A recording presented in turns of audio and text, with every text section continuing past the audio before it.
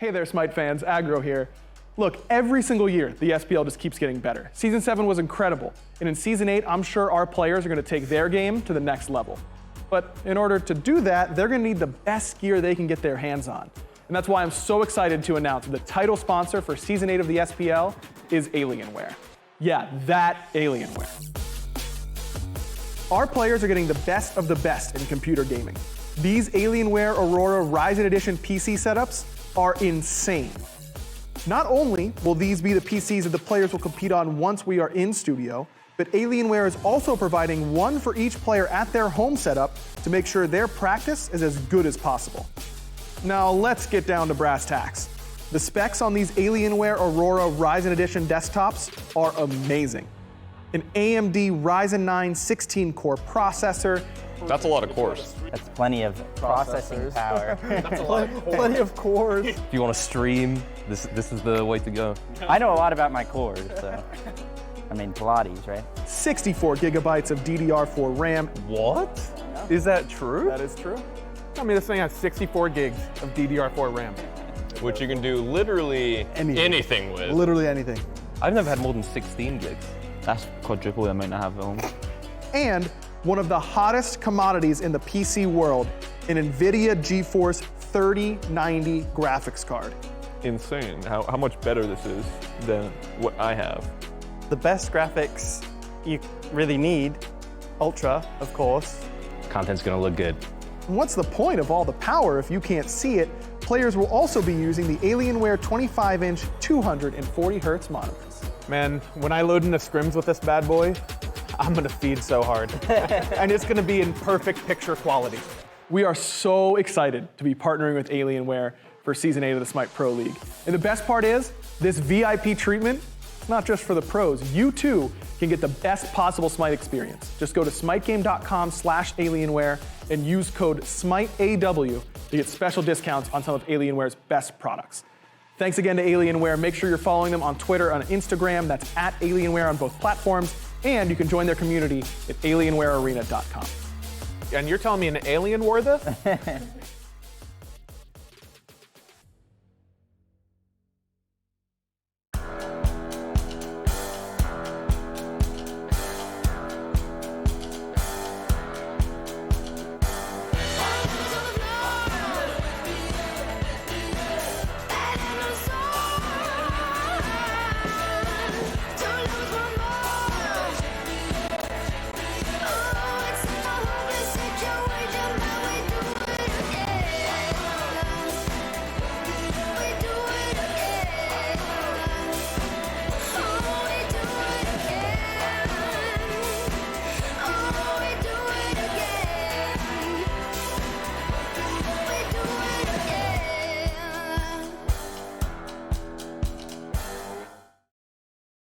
Well, hello everyone, and welcome to day number 2, week number 2 of phase number 2 here of the SPL Season 8, all powered by Alienware. And we do want to say once again thank you to Alienware for coming on board as our exclusive title sponsor. As you saw in that video, but as I think needs to be reiterated, our pros are playing on the Aurora R10 Ryzen desktop as well as the Alienware 25-inch 240Hz gaming monitor. That's right, that's first off a lot of frames for a game that's going to look incredibly good. You can go ahead and check out the rest of all of their awesome products at smitegame.com/Alienware, and just make sure to click on your region and use code SMITEAW to make sure that you get everyone. Once again, thanks to Alienware. You can also follow them on Twitter and Instagram at Alienware and join their global community at alienwarearena.com. My name's Gormizer, that's over there, Mifflin. And Mifflin, we've got a fun day for us ahead because this first set and I think the second set, both of them have a little bit of interesting flavors to it. But also, we just are on the second day of no boots patch for the SPL, and that makes me happy. Hey, man, we get another look at how this meta is going to start to shake out here. But between these two sets today, I think the first one's got a little bit more weight behind it. The Tartarus Titans up against the Olympus Bolt score. Bolts are kind of on a heater, huh?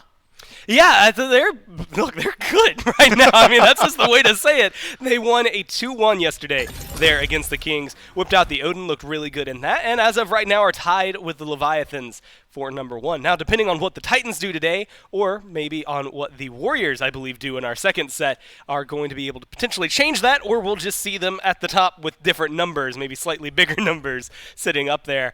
Both of these teams have been incredible, though. The Titans, even though they're 1-1, have been slowly but surely on the rise. But this weekend, Mifflin, the biggest thing is how do you deal with these changes? Obviously, there were a ton of item changes, there were a ton of god changes, but there were also a ton of map changes that came through. You can look at it, whether you want to look at the slight split in the Harpies on the left-hand side, or the extra objective that's going to be over there near solo lane, the fact that there's a support buff, the Draugr over there in the duo lane. I mean, there's a ton on the map to start kind of juggling around. You didn't hit the most important one, Gore, the one that everybody was asking for. The vines are gone. We hired a gardener. They're no longer here. Support buff, Draugr. We hit the Draugr. But the vines are gone. That is no longer going to be a detriment to you on the map. And look, I think we can all say we're thankful. Yo, wait, but a slight nerf to Apollo, because what he was doing was going and using those to get his passive up earlier on. So technically, it almost hurts Rip Apollo. One of the hunters. Rip Apollo, but we saw an Artemis ban yesterday, and we saw an Artemis game yesterday that looked pretty good. It's all been interesting, but the thing that's been the most interesting, and I think what we've had to see teams adapt to, is this solo lane. And right now, we got a little bit of Haddix yesterday, so we can talk about him a little bit later. But it's going to be Benji from the Tartarus Titans that is going to be essential to this win, right? I mean, Haddix has been someone that you have to control. Benji needs to be on point to make sure that this set goes their way. Yeah, for the last couple of years, Aggro had hailed Benji as one of the premier role players here within the league, but I think he's kind of moved past that. He's past that phase of his life and now is one of the best solo laners that we have here in the SPL level. Has a very consistently good play style, likes to sit inside of that lane, can be an absolute bully, and a very versatile god pool as well. I know we're seeing a couple of clips of the Hercules here, but I promise you Benji can do it on just about anyone, but of not the least which, his Cucullin. I think that is a pick that really does elevate this guy. Well, and this is such an interesting highlight reel to have as well, just because, first off, we have the footage from Phase 2, what they've played so far, but the biggest thing is that solo lane is where I think a lot of the question marks are right now. I mean, just yesterday we were looking at some more off-kilter picks that came out over there. I think we saw a Cabrakan at one point. I know that we got to see the Odin come through a couple of times, and the Osiris kind of started to take some precedent. Like, it's changed up the picks that we're used to seeing over there in the solo lane. And so Benji, I mean, granted, he's been playing forever, so at this point I have no doubts to his god pool, but that's going to be, I think, the biggest adjustment that needs to be made, right, is what gods you're going to be bringing in today. And if we're going to go by what's been happening in Ranked, if we're going to go by these Nika queues and see if that's really the meta, I think we can expect to see a lot more Guardians out of the solo lane. I mean, we already got a little bit of the taste from the Cabrakan, but Jormungandr is incredibly strong as well. I've heard inklings, tidings of Baron Samdi solo. I know Fanoke rocked it a little bit in the last couple of months, but I think it might be generally pretty strong as well. I'm excited to see what comes through. Well, if we're talking about Guardians in the solo lane, then I know at least someone who knows a lot about the Guardians playstyle. We actually have Aurora standing by from the Titans for an interview. And Aurora, man, I just got to ask, like, right now we're going into mid-season. It's a pretty fun patch. How are you guys feeling it? What kind of are your thoughts going into this match on exactly those changes? It's been great. The no boots have been a lot of fun. Yeah, I don't know. Like, I feel like it's just what I've been saying. I've been talking to a lot of people. It feels like the new season's starting now because of all the big changes to the map, and then also them getting rid of boots. Boots has been around for 8 years, and now it's gone, and it's really exciting to play on it. Now, I don't want to, like, have you break down your strategies and, like, what you're planning on picking, but, like, has your team started to notice, like, a pretty big dynamic shift from what we saw in Phase 1, like the gods we saw during playoffs and all that, coming into what you're playing presumably this weekend and in the next couple of weeks? Or has a lot of it kind of stayed the same throughout most of what you've seen? I think it's mainly, like, there's more gods added to what has already been playing because there's been picks that we've seen on the first phase. Like even yesterday, we saw a lot of picks like that were played first phase, and even the first week of this SPL. But I feel like there's more options and more things to be explored now. So I'm looking forward to seeing what people play, and I'm looking forward to bringing out the new stuff that we've been working on as well. Well, I'm looking forward to see what you're going to be bringing out as well, so I'm excited to see what you have in store for us. Not congrats. I don't know why I said congrats. Congrats. That's a post-game interview. Congrats on the new you. patch, man. It was great. No, good luck in your games. Thanks for your time. Thank you for having me. See ya. Either way, it feels good. I had, I want to say a lot of questions that I want to deep dive in and ask the Titans, but most of them are just going to be answered by the games in the set, so it's a little easier to just move forward. Plus, look, I'm going to tell you all this. Trying to get the pros to tell you what gods they're looking at is never impossible. going to happen in a pregame interview. Post-game interview, that's where you get the good stuff. Maybe that's why my mind was on the congrats area already. But the thing that I think is going to be interesting, we had talked a lot about Benji. We had just talked to Aurora about how they've kind of opened up a lot more gods now into the wide pool that is available here in Season 8.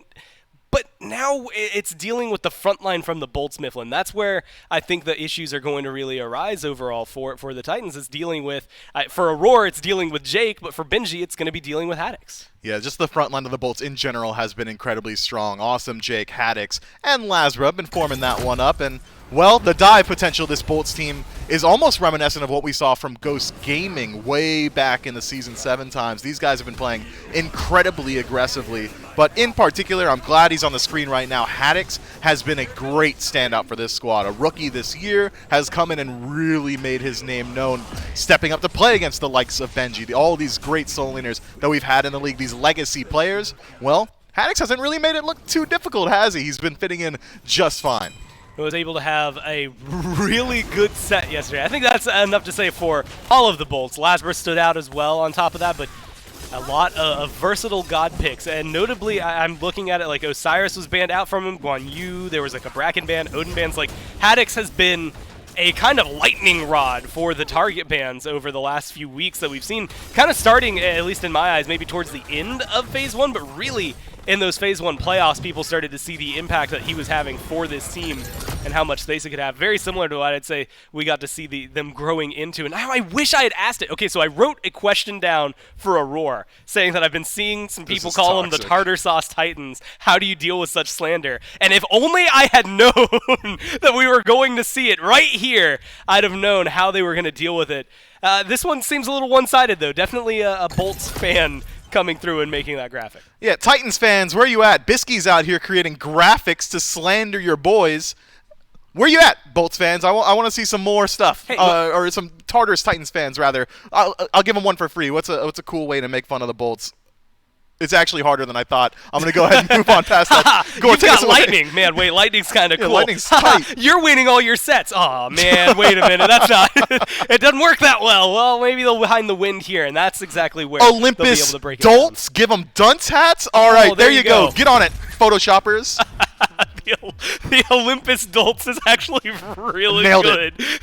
And I want it, like, I don't even want to root for the Titans. I want a Tartar Sauce Titans versus Olympus Dolts graphic where it's just like, it's just ripping on everybody for the sake of it. Either way, we're here in Picks and Bans for game number 1. We'll have to see, of course, if Barra is consuming his ever-important bread, those carbs, fueling him in a lot of these games. What I think we had the powdered toast power man. bread, powdered toast man. Look, he likes wheat. He just likes wheat. Dude, hey, you know what? More power to him. Either way, be well fed and be happy. As of right now, it's been working out for the Bolts, and we have a soul ban coming down from the Titans.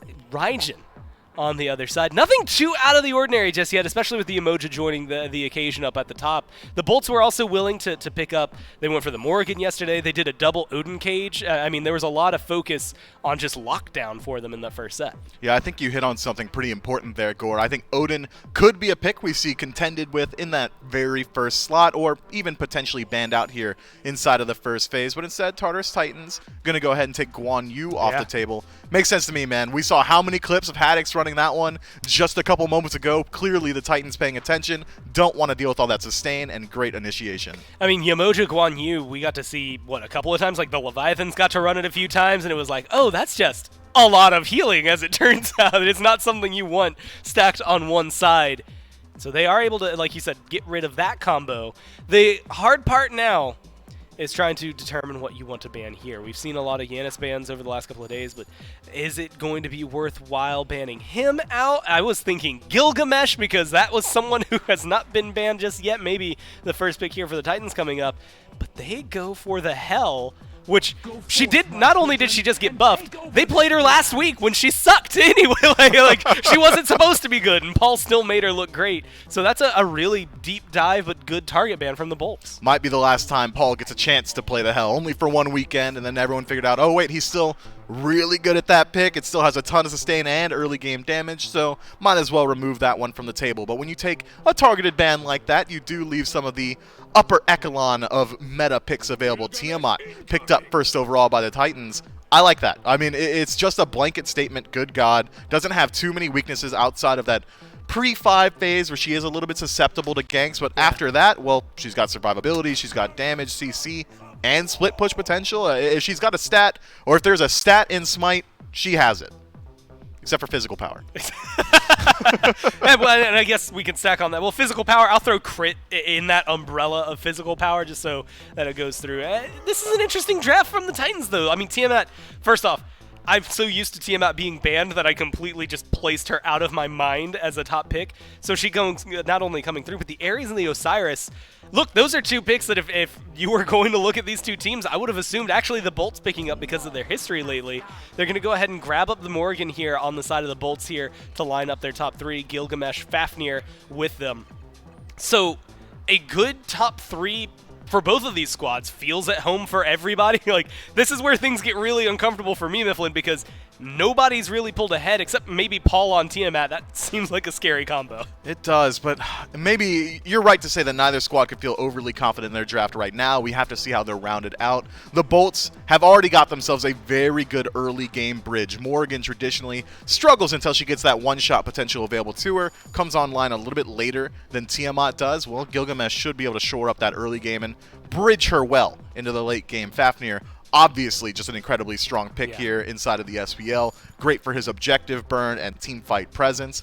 But you can't sleep on the Titans either. Ares is going to be very strong up against the Morgan. Connect one chain, well, she can't escape anymore. All of a sudden, she's just taking dot damage consistently. Can't use that stealth at all. Osiris has been a consistent lane bully, and I've already sung the praises of Tiamat. I'm not going to do it again. Well, and Ares as well, like, all of a sudden, hey, Fafnir can't jump away. Hey, Gilgamesh can't leap away. Like, you've got a lot of control that comes in. It's interesting that you pointed out, though, because that Morrigan was picked into the Ares. Maybe not necessarily a quote-unquote direct counter, but definitely not something that maybe you're expecting. And the time came. The Bolts decided to ban out Scary D as much as they can. Loki and Dodgy banned out over there. The other side, well, guess what? It's following the same story. Haddix, you're just not allowed to play anything that you want anytime, and so they ban out the Hercules and the Odin. And they go ahead and lock in the Sobek. We saw, who was it, Variety yesterday, who played this in the solo lane alongside the Hebo mid and the Artemis.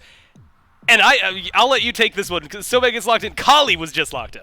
Wow, this is some spicy picks here in the second phase. Sobek solo, something that we used to see back in Season 7, and I think we can expect to see a little bit more consistently here in Season 8 post-boots, just because of how strong Guardians are out of the solo. You said Kali, first time in the SPL here so far this year? First time this year. Congratulations to Gorm Isaac. Gets to put one more down on the sheet. Let's talk about Kali for a moment here. This. She is your quintessential late-game hyper carry insofar as her early game, kind of worthless. You almost had that similar conversation around Nemesis, where her early game is a little bit weaker, and then her late game is really strong. Well, Nemesis can at least participate around level 6 to 9. Kali, once you get that second relic available, then you're feeling a little bit more confident. You need about 2 entire items.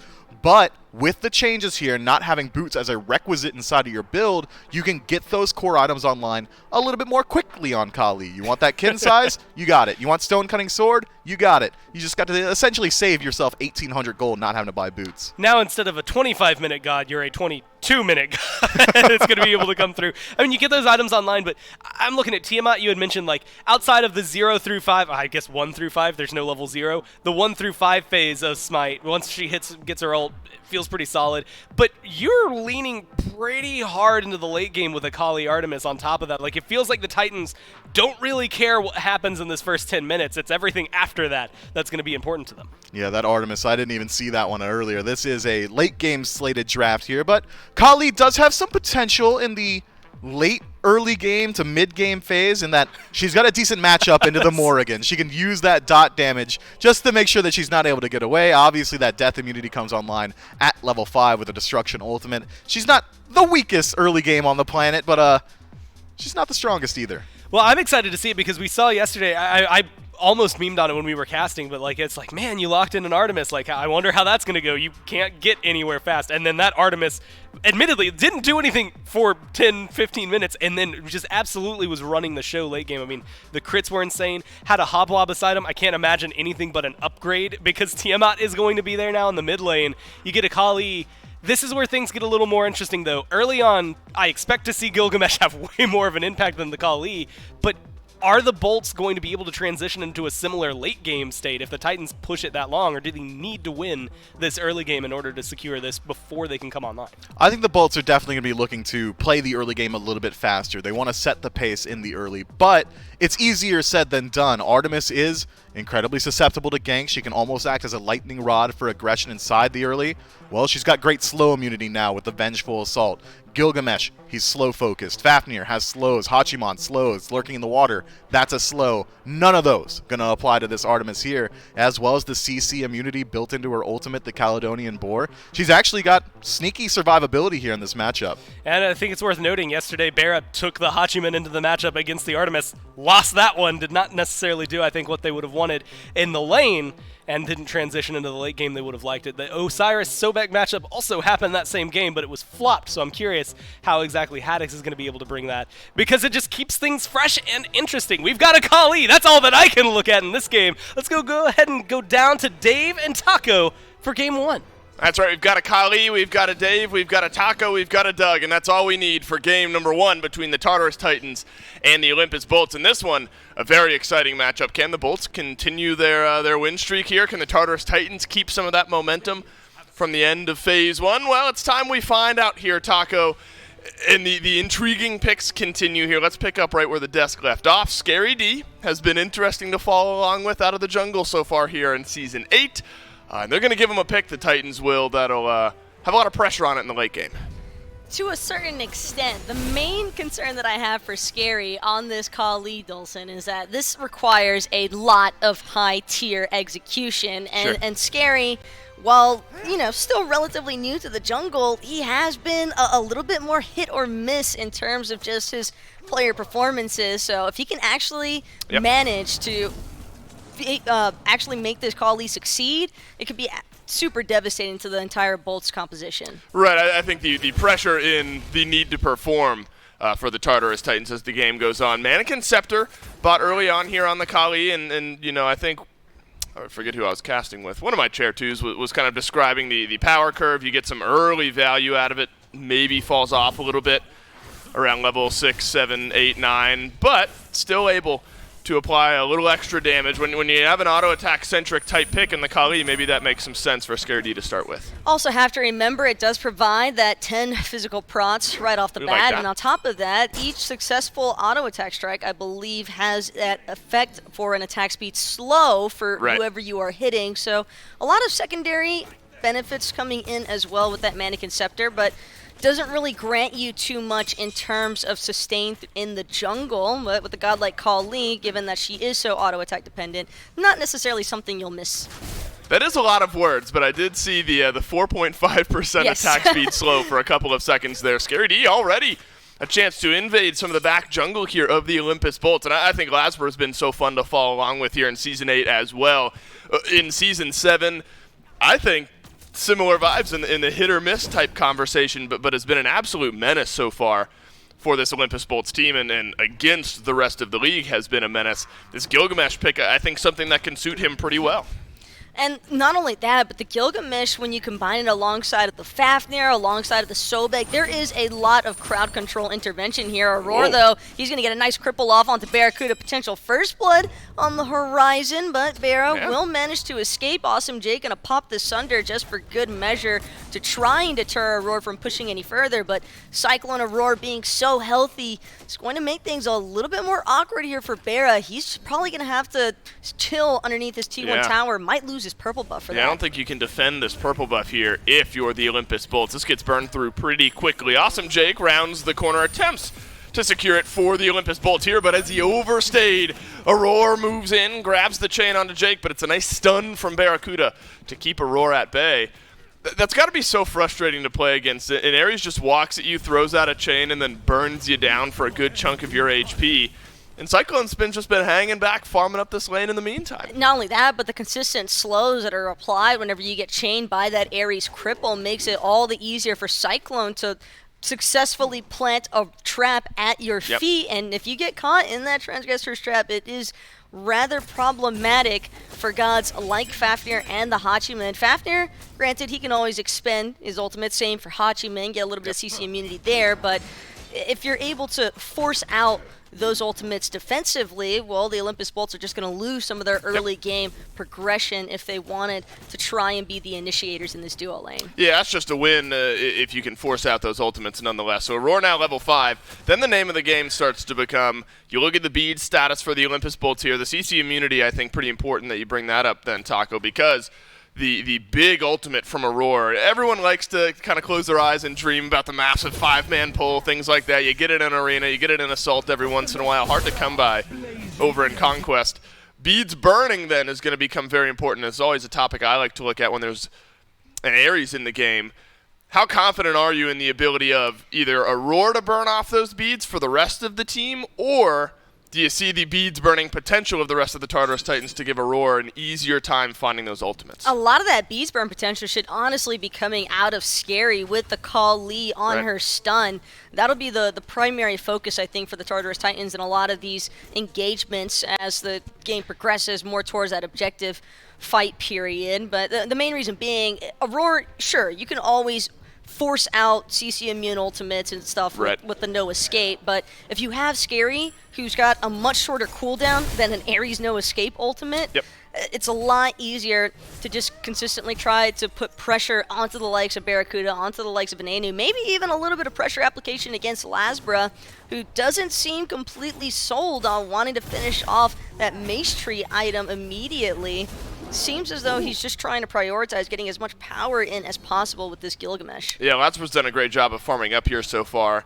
Maybe half level ahead of what Scary D has brought to the table here. Been very quiet out of the jungle. Both junglers really have been more farm-centric in the first couple of minutes of the game. By this time yesterday in their matchup, we had already seen Lasbra make a couple of gank attempts and even find some decent pressure here for the Olympus Bolt. So that might be on the mind of Lasbra over the next couple minutes. Barracuda, I think, has absorbed a lot of the pressure well, and that's maybe made things a little bit slower there on the left-hand side of the map as well. I think kind of fun to follow along with what's happening in the solo lane as well. Osiris for Benji here. Maybe no surprises on that side of the map for Benji.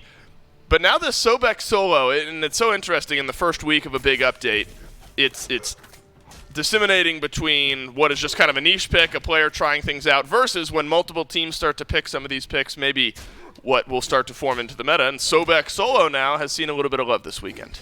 Sobek solo with the transition from boots to not having to worry about prioritizing those reinforced greaves or just boots in general. Haddix has an opportunity to just rush Mystical Mail outright. Vampiric Shroud as well, another very popular solo item that we've been seeing for these Guardians. Lasbra, on the other hand, he's looking to bring Benji a little bit of a drop kick into the wall. Good stun application, but the pluck not going to be able to continue given that Haddix already expended that ability. Just a little bit of pressure that's going to open the doorway for the Olympus Bolts. Just look at the Greater Scorpion on Fire Giant side. Right, you can say, all right, well, the Bolts spent the time of 3 individuals trying to find a kill onto Benji, and that is certainly the case, but they do end up getting the Greater Scorpion on the right-hand side of the map nonetheless, so a small win there. But now the 3-man rotation finds its way on into the mid lane. Haddix with that pluck.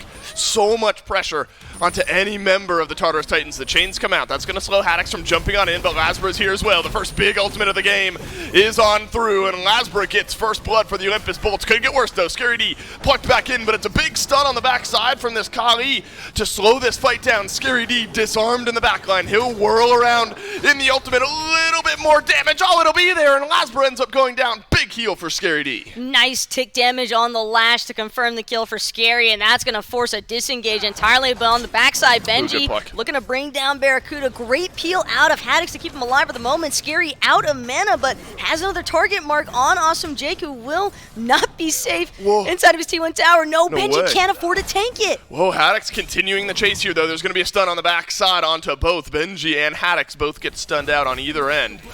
And it looks like Benji will survive here in this one. So when it's all said and done, the Olympus Bolts grab first blood in that fight, and it's Lasbra, but a big return kill from Scary D.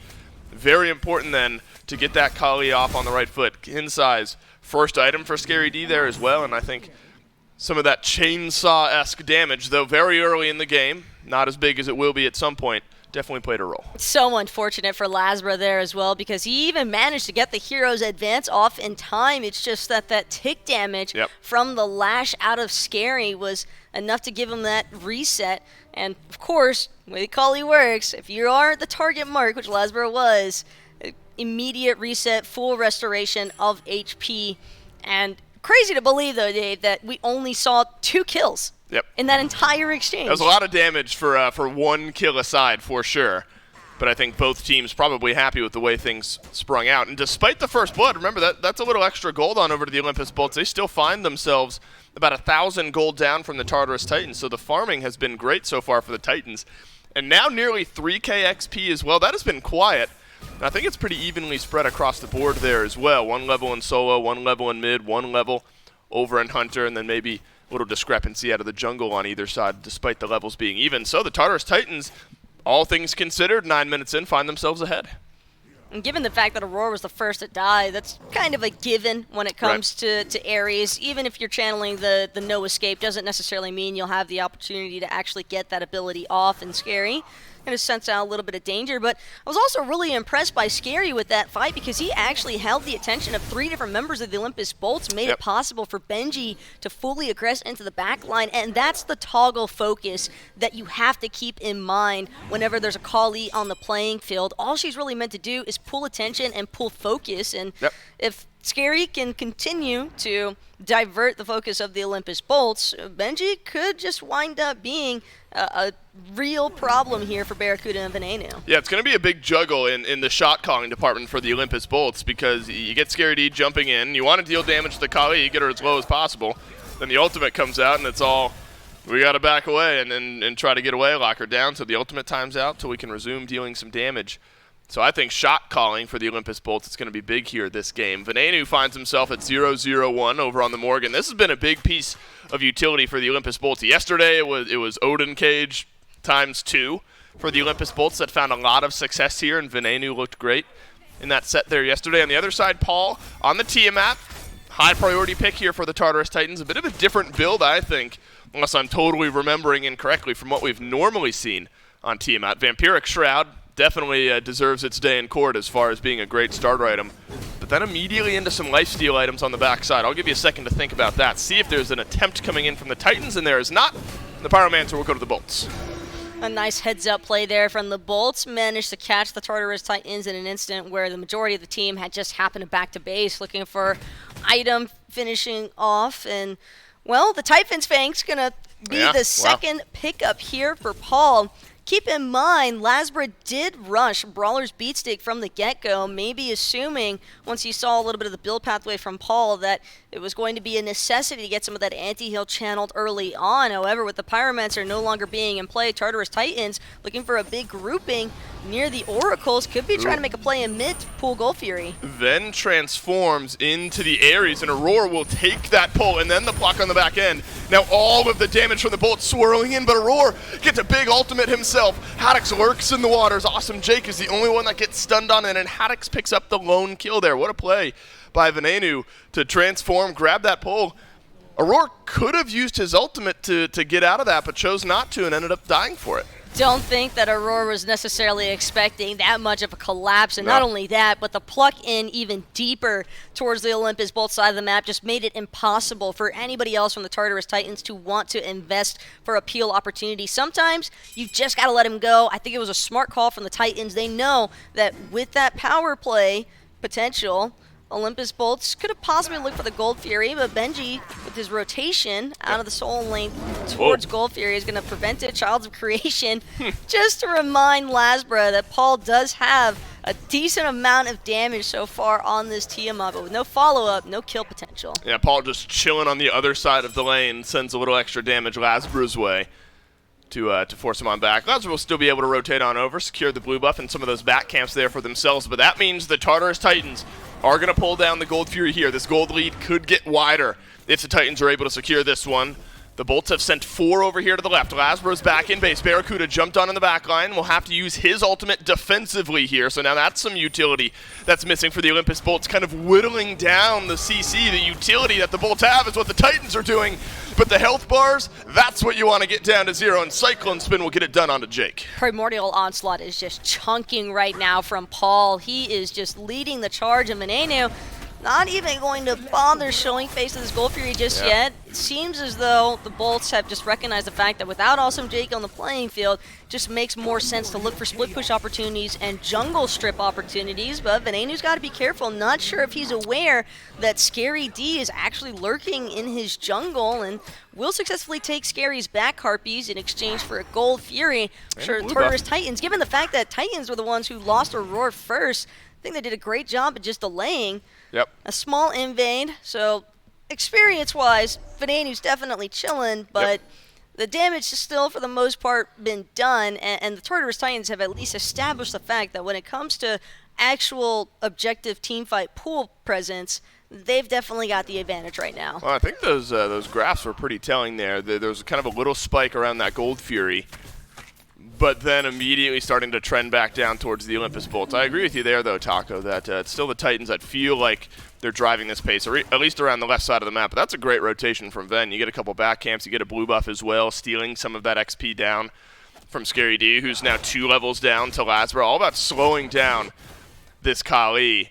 And full-on attack speed. Look, attack speed seems to be the name of the game here. There's 3 bows built for Cyclone Spin. I'll hold that thought. I'm going to see if Paul is going to get jumped on here. Trying to read the jump was Awesome Jake, but Paul leaps on back towards the Tier 1 tower.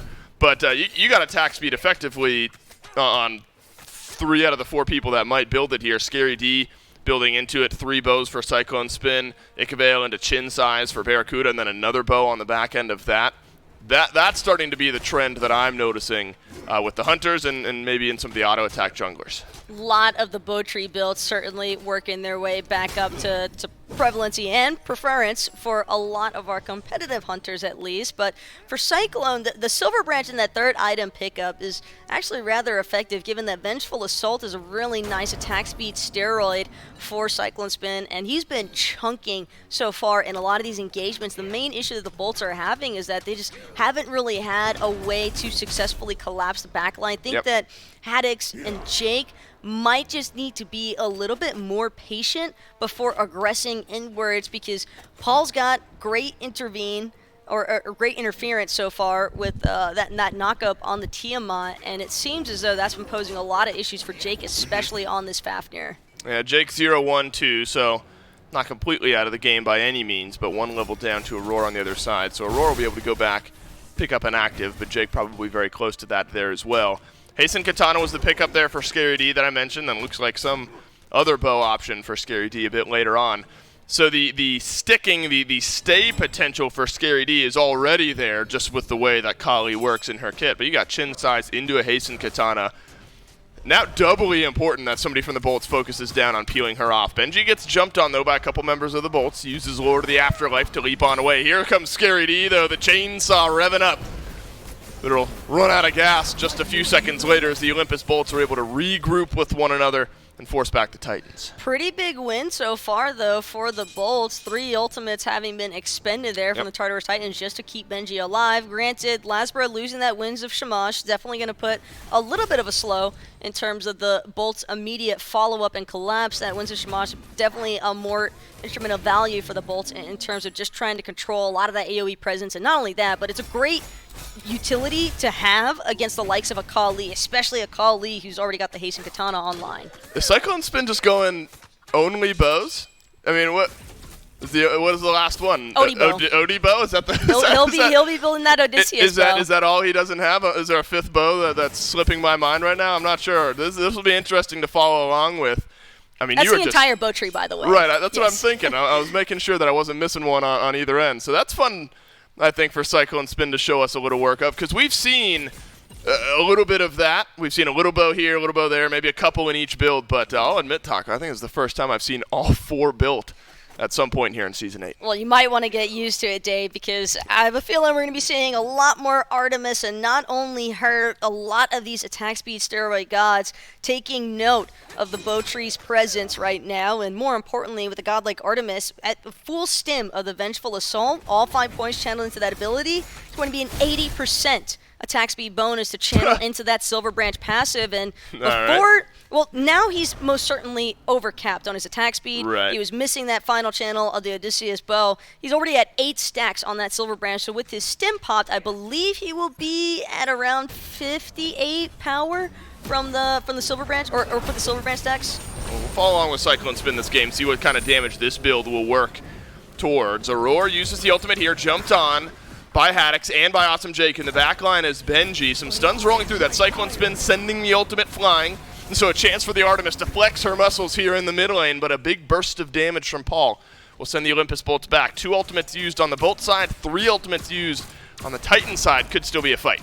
Draconic Corruption from Awesome Jake. Got to get the extent of this ability. Awesome Ooh, Jake Aurora. actually going to cancel it. Wins a Smosh one more time. Aurora going to get drop-kicked into the fire pit. A nice pickup there from Venenu. Venenu could wind up dying on the backside. Cyclone Spin gets credit for that one. Cyclone Spin still wailing away, but look at the Olympus bolts and the collapse that they've brought in. Barracuda jumped on by Benji, and Paul turns around the damage to make quick work of the Olympus Bolts Hunter. It's a 3 for 2. The bolts come out ahead on this one, but Benji's still healthy enough to maybe chase down one of these priority targets. So, got to see a little bit of the damage from Cyclone Spin there, but I think Benji and Paul really the ones kind of controlling the bolts there in that fight.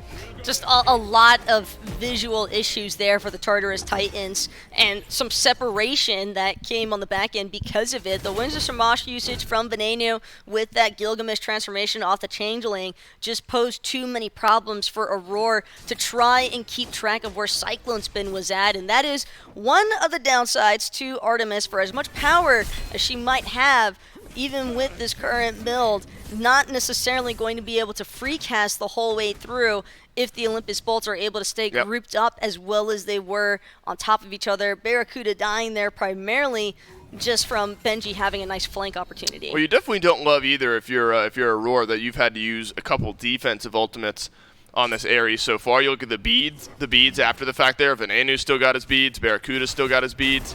Granted, Barracuda got jumped on and deleted from the fight, so the ultimate CC was death there for Barra, but now they'll have those actives for this fight if there is one. Primal Fury chipped away, but the Tartarus Titans deal the final blow. Benji, the big separator here in the backline. Scary D has been drop-kicked, deleted by Lasbro, but Awesome Jake has died in this fight as well. The Olympus bolts, now a bit of an opening in the jungle to surge on forward. As Cyclone Spin plucked back, it's a Hunter fight in the backline, but the Olympus bolts got something else in mind. Barracuda opens things up with a return kill on the Cyclone Spin. Now the Tartarus Titans scattering in the wind. Paul and Benji still definitely being hotly pursued. Venenu with another Gilgamesh transformation. Dropkick. Paul no longer has those purification beads. Wins the Shamash and a full bolt collapse. Venenu will eat a tower shot that does wind up bringing him down, so it's not a complete loss here for the Tartarus Titans, but still 3 members standing strong from the Olympus Bolts, and more importantly, the fact that Barracuda survived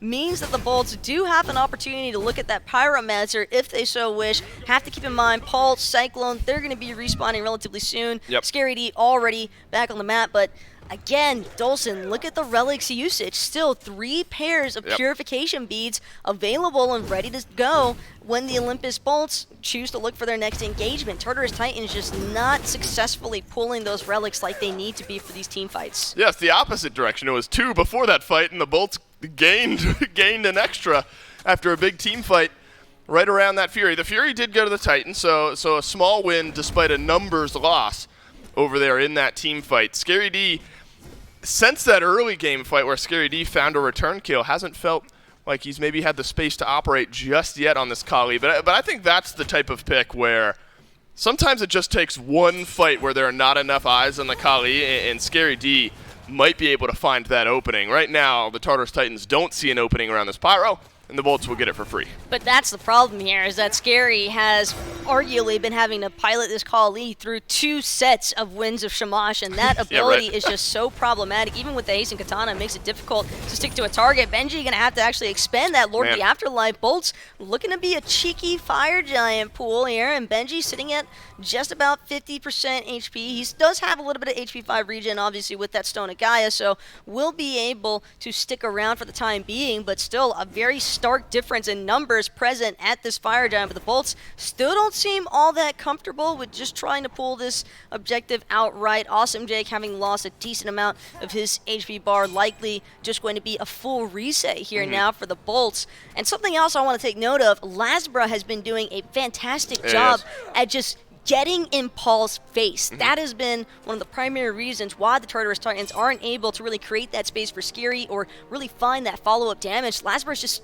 making sure to harass Paul because all of the peel focus has to go towards Cyclone. Yeah, Lasbra has, I mean, I don't know. We bring it up every single time. At some point, the conversation is not so much, wow, he's really turned things around from Season 7. It's like he looks like a great jungler here in Season 8, and I think that's the conversation piece that we're looking towards here with Lasbra. Continues to be a driving force for this Olympus Bolts team. This is a duel we've seen a little bit so far here this game. Scary D and Lasbra going toe-to-toe, but Scary D forced into the ultimate. Lasbra did as well. Could be a gap close here. Lasbra has Blink, but so does Scary D. But Scary D has to use both of those actives. Lasbra maintains those beads. That has just been brutal. That's what happened in the previous fight, if I'm remembering correctly as well. Or Lasbra goes around the backside, grabs some CC onto Scary D before the fight even starts. And the Olympus Bolts absolutely better off for it now. About 1,000 gold in the lead. But you have to remember, losing that destruction makes Scary lose a lot of his threat against this Olympus Bolt squad, because now it just means that he's a freebie to lock down, and if Kali doesn't actually have a chance to reset off of her passive, it could definitely pose a lot of issues. And not only that, but I'm also keeping in mind the cooldowns on both Winds of Shamash and the destruction are 90 seconds, but at the same time, Lasbra, I think, just getting a little bit more value given the fact that Scary just does not have any room to operate. Yeah, Scary D has just not felt comfortable this game after that initial engagement. Bottom half of the player damage chart, still time to climb up. It's that late game threat that's still there, but we've seen this story so many times. Aurora first into that ultimate so early on, and then Haddox just has big detonate damage on the backside, so Aurora is down first. Barracuda's taken a good chunk of HP here. Actually, the threat of Benji jumping back in is going to be enough for Barracuda to leap away here, but leaping in instead is Awesome Jake on the Cyclone spin. The Tartarus Titans will lose too. And Barracuda now going to rejoin the fray after running away on that mounted archery just to create a little bit of space for himself. Benji avoids the drop kick for a moment, but can't avoid the Fafnir setup into that stun lock. He's still staying alive for a long time underneath that T2 tower. Unfortunately, not long enough for anybody from the Tartarus Titans to have a means for a response. And even though a couple of members from the Olympus Bolts, relatively low, have to remember Scary, having already been forced out of that engagement, did not have a chance to actually rotate back in. He's been having to hover Paul's side, and whether or not the whether or not the Tartarus Titans choose to contest this Fire Giant, not sure that it's really in their best interest to have Aurora leading the charge at this point in time. He is just getting absolutely abused on that immobile Ares pick.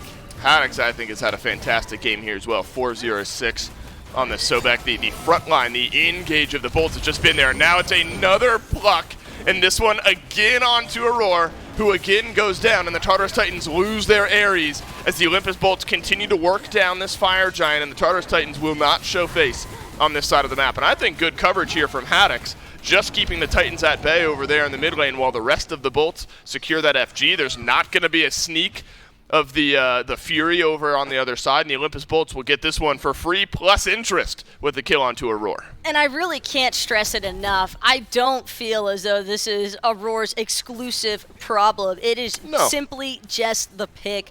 Ares having to deal with so much initiation potential out of the Olympus Bolts between Pluck, between Tail Whip. You've got Awesome Jake with the hammer, even Draconic Corruption, because you have to remember that's still going to apply a slow, and if they're able to force that Wingblade proc early on from Aurora, he doesn't really have a whole lot left to try and actually peel himself away from the entirety of the Olympus Bolts roster. And Barracuda as well with that early chin size rush. He's also got the Titan's Bane online.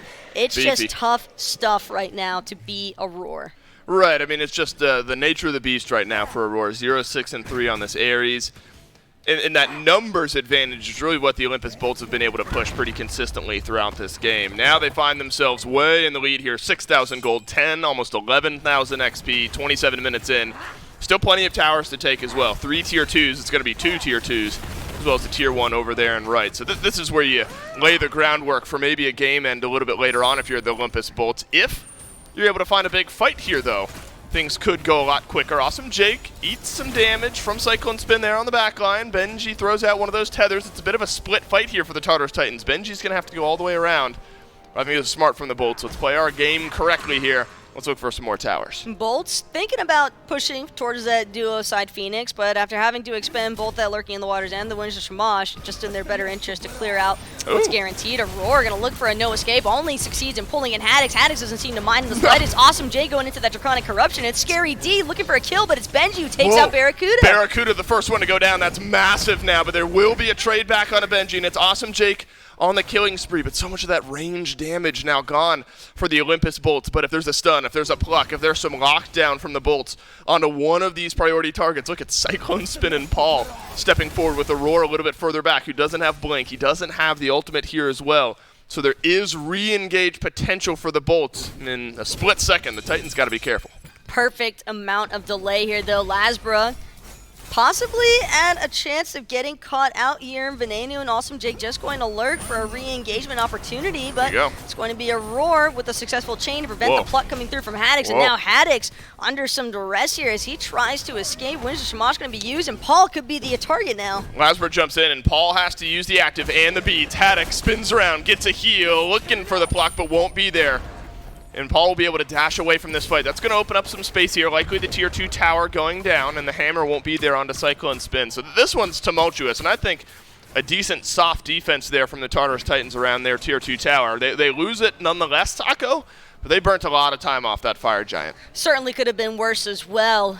Just barely. I think the Tartarus Titans are able to hold on there, and more importantly, if Benji and Scary can continuously take out Barracuda, that does prevent a lot of the push power potential out of the Bolts. You can see they barely managed to take 2 T2 towers after having successfully taken down the Fire Giant. Normally you would have expected at least a Phoenix, possibly even 2, but with no Barra, no Hachiman, no real ability to actually kill any of these objectives, and I think it's just in the best interest right now for the Bolts. You also have to remember, in a way, you are kind of playing against the clock, because Scary D on this Kali, he's already approaching that full build area. Not certain if he's going to hold on to this mannequins and choose to transform it into a hidden blade or just another upgrade of his choice. Could just be a complete item sell outright. Maybe look for a Magai's cloak of some sort, maybe a Mantle of Discord, just so that he doesn't have to necessarily eat the extent of all that crowd control the Bolts have.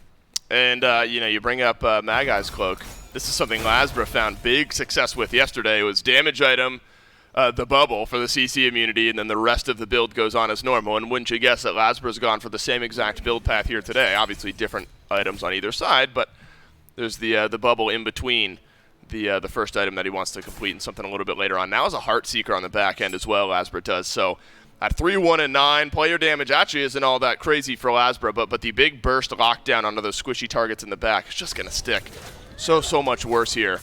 Or better, I guess, for Lasbra. Worse if you're the Titans. The FG about to spawn here. 31 minutes in. This one will be enhanced. The Tartarus Titans.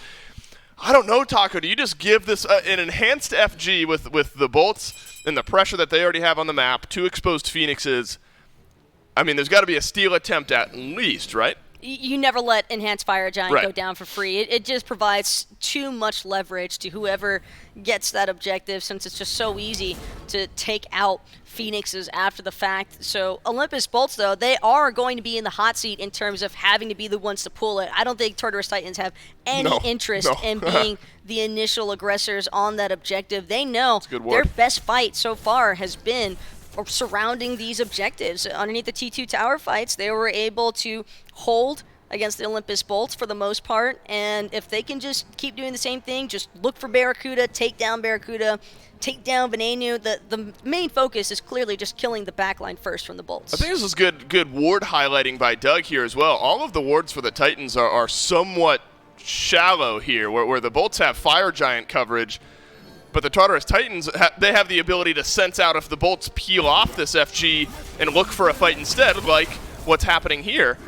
But the Tartarus Titans don't have a great indicator of where that Fire Giant health is, so somebody from the Titans is going to have to walk forward if you're thinking about a steal here at some point. A ward does get dropped down, but immediately gets taken out by the rest of the Olympus Bolts. So the dance goes on here. Benji walks on in.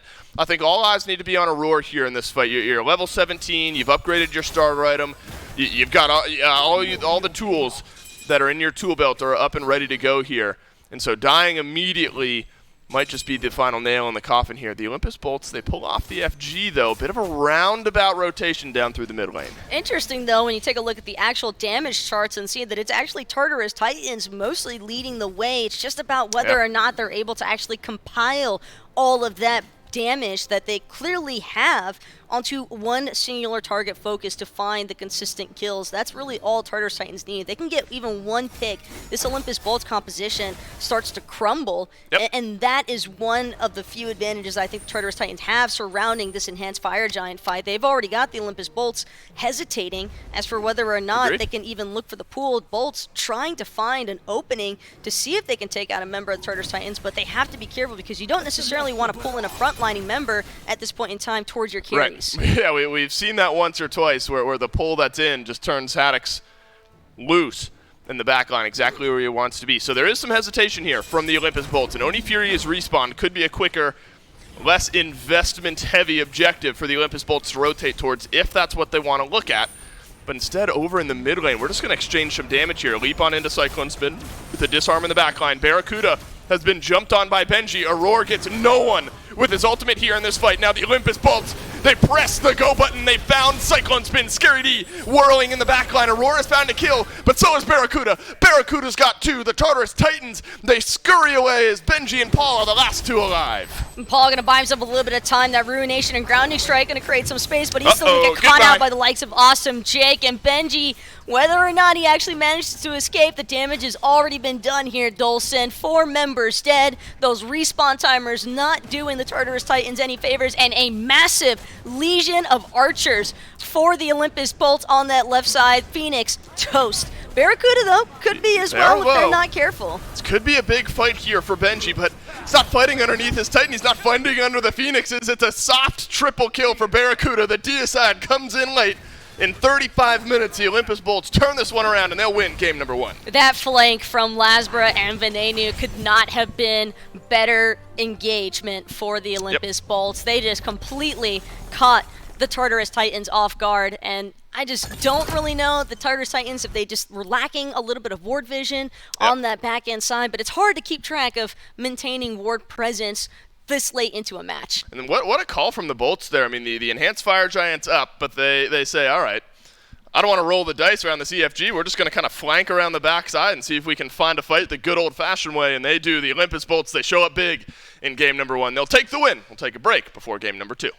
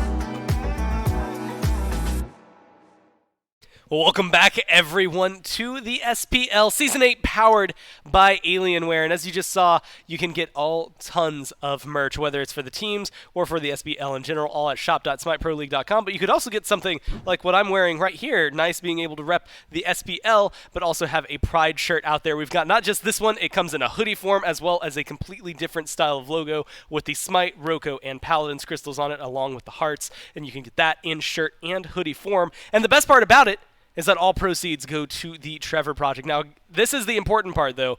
Only available until July 22nd, so less than a week to be able to pick up these shirts. And I am not kidding you. This is legitimately one of my favorite shirts. It's very, very comfortable. It is really good material. So I recommend going out and getting it. And again, I guess technically right now you can use code Mifflin. The way I've been saying it, if you're going for the Pride shirt, don't use code Mifflin. Pay full price for that. Get all proceeds to the Trevor Project. Then if you go to buy, let's say, a hooded blanket, maybe some shorts, or a onesie, use code Mifflin for that $5 off. But for this, you want everything to come through Mifflin. The faces you're making are very difficult to talk to the cameraman. Yeah, so you can use code Mifflin. You can not use code Mifflin. If I had my choice, maybe don't Look, use code hey, Mifflin. it's only like 2 days to do that, and there's like Thank God. 5 days left to do this, so, they balance it out. Either way, the Olympus Bolts find themselves up 1-0 here on the Titans, and it was kind of back and forth. I mean, you had highlighted at one point, you looked up and you were like, man, 22 minutes in, and it's still even at this point. A lot of fights that were interesting. The first blood, I think, was what caught my eye. The Kali turnaround looked really, really good. But unfortunately, we didn't get to see a ton of that throughout the entire game. A lot of what we got to see was just the Bolts as a whole looking really solid. Yeah, once that team fight phase really started up in earnest, after that 20-minute parity mark, it really was just Bolts all the way throughout there. A couple of notes. I don't think Ven should be allowed to play Morgan anymore. That is how good he is at this pick. And I think that Lasbra, in particular, has really stepped up here in the second part of the phase. He has usually been one of the least consistent junglers in the league. He has high peaks. He had low valleys as well. We really started to see him as that kind of the Surcat was the go-to. Surcat really shored him up, made him pretty consistent inside the jungle. And now he's added a couple more picks to his repertoire, the Gilgamesh. Incredibly impressive. Unfortunately for the Tartarus Titans, it's not often I'm going to talk about what goes wrong for a team here. Usually you just want to sing the praises of the team that won. But I got to bring it up, man. Aurora on this Ares just suffered. It was just suffering there. Just pain throughout. He was getting plucked in. Case in point. Just like this. Immediately died. I mean, no escape. Well, maybe no escape for Ares himself. Uno reverse card. Well, worth mentioning, as Venenu comes up, you had mentioned this Morgan being a just problem overall. Turned into the Gilgamesh, guess what that is? Really problematic for the Titans throughout all of it. Picked Morgan up twice yesterday. Only time that he didn't play it was when he blocked in Soul for game number 3. And so definitely something we're going to see and kind of are used to seeing from Venenu here because it is one of his best gods. It was very difficult to try and look at it. Look, I mean, everyone's slash line there was 4-2 and then 13, 4-2 and 11, 4-2 and 10. I think Haddix was the only one that was like 4-0. Lasbra was slightly off of that, but Vin, Jake, and Barra were really able to just grind that one exactly the way they wanted to. And that's what makes things interesting. And now this is a reminder for everyone at home. If you ever tweet at us, at Smite Pro, we like throwing things out there, but this is also how Jake gets Barracuda to follow him into the duo lane. And look, I'm going to be honest with you. Mifflin, that's just regular toast, regular bread.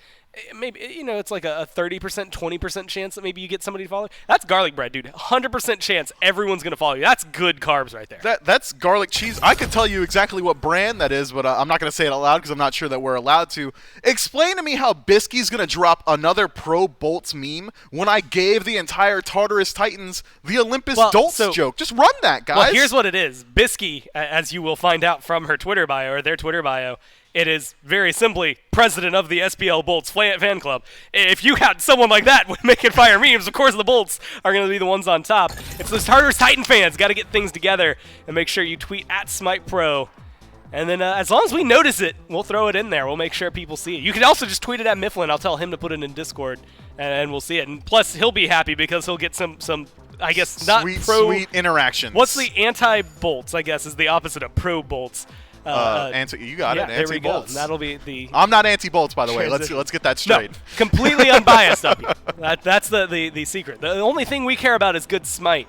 And speaking of good Smite, we're in picks and bans for game number 2. And also, speaking of good Smite, we're going to see Venenu controlled a little more this time. Soul, that was what I said he played in game number 3 yesterday. All the other games that he's played this week, the Morrigan. Both of those banned away by the Titans. It's the Raijin, it's the Finrare. Once again, this was Guan Yu last time for the Titans, but it's going to be Emoja, who was somebody else they had banned. And then the Bolts went out of their way to ban a Hell. They let Paul have Tiamat, and then they beat Paul with Tiamat.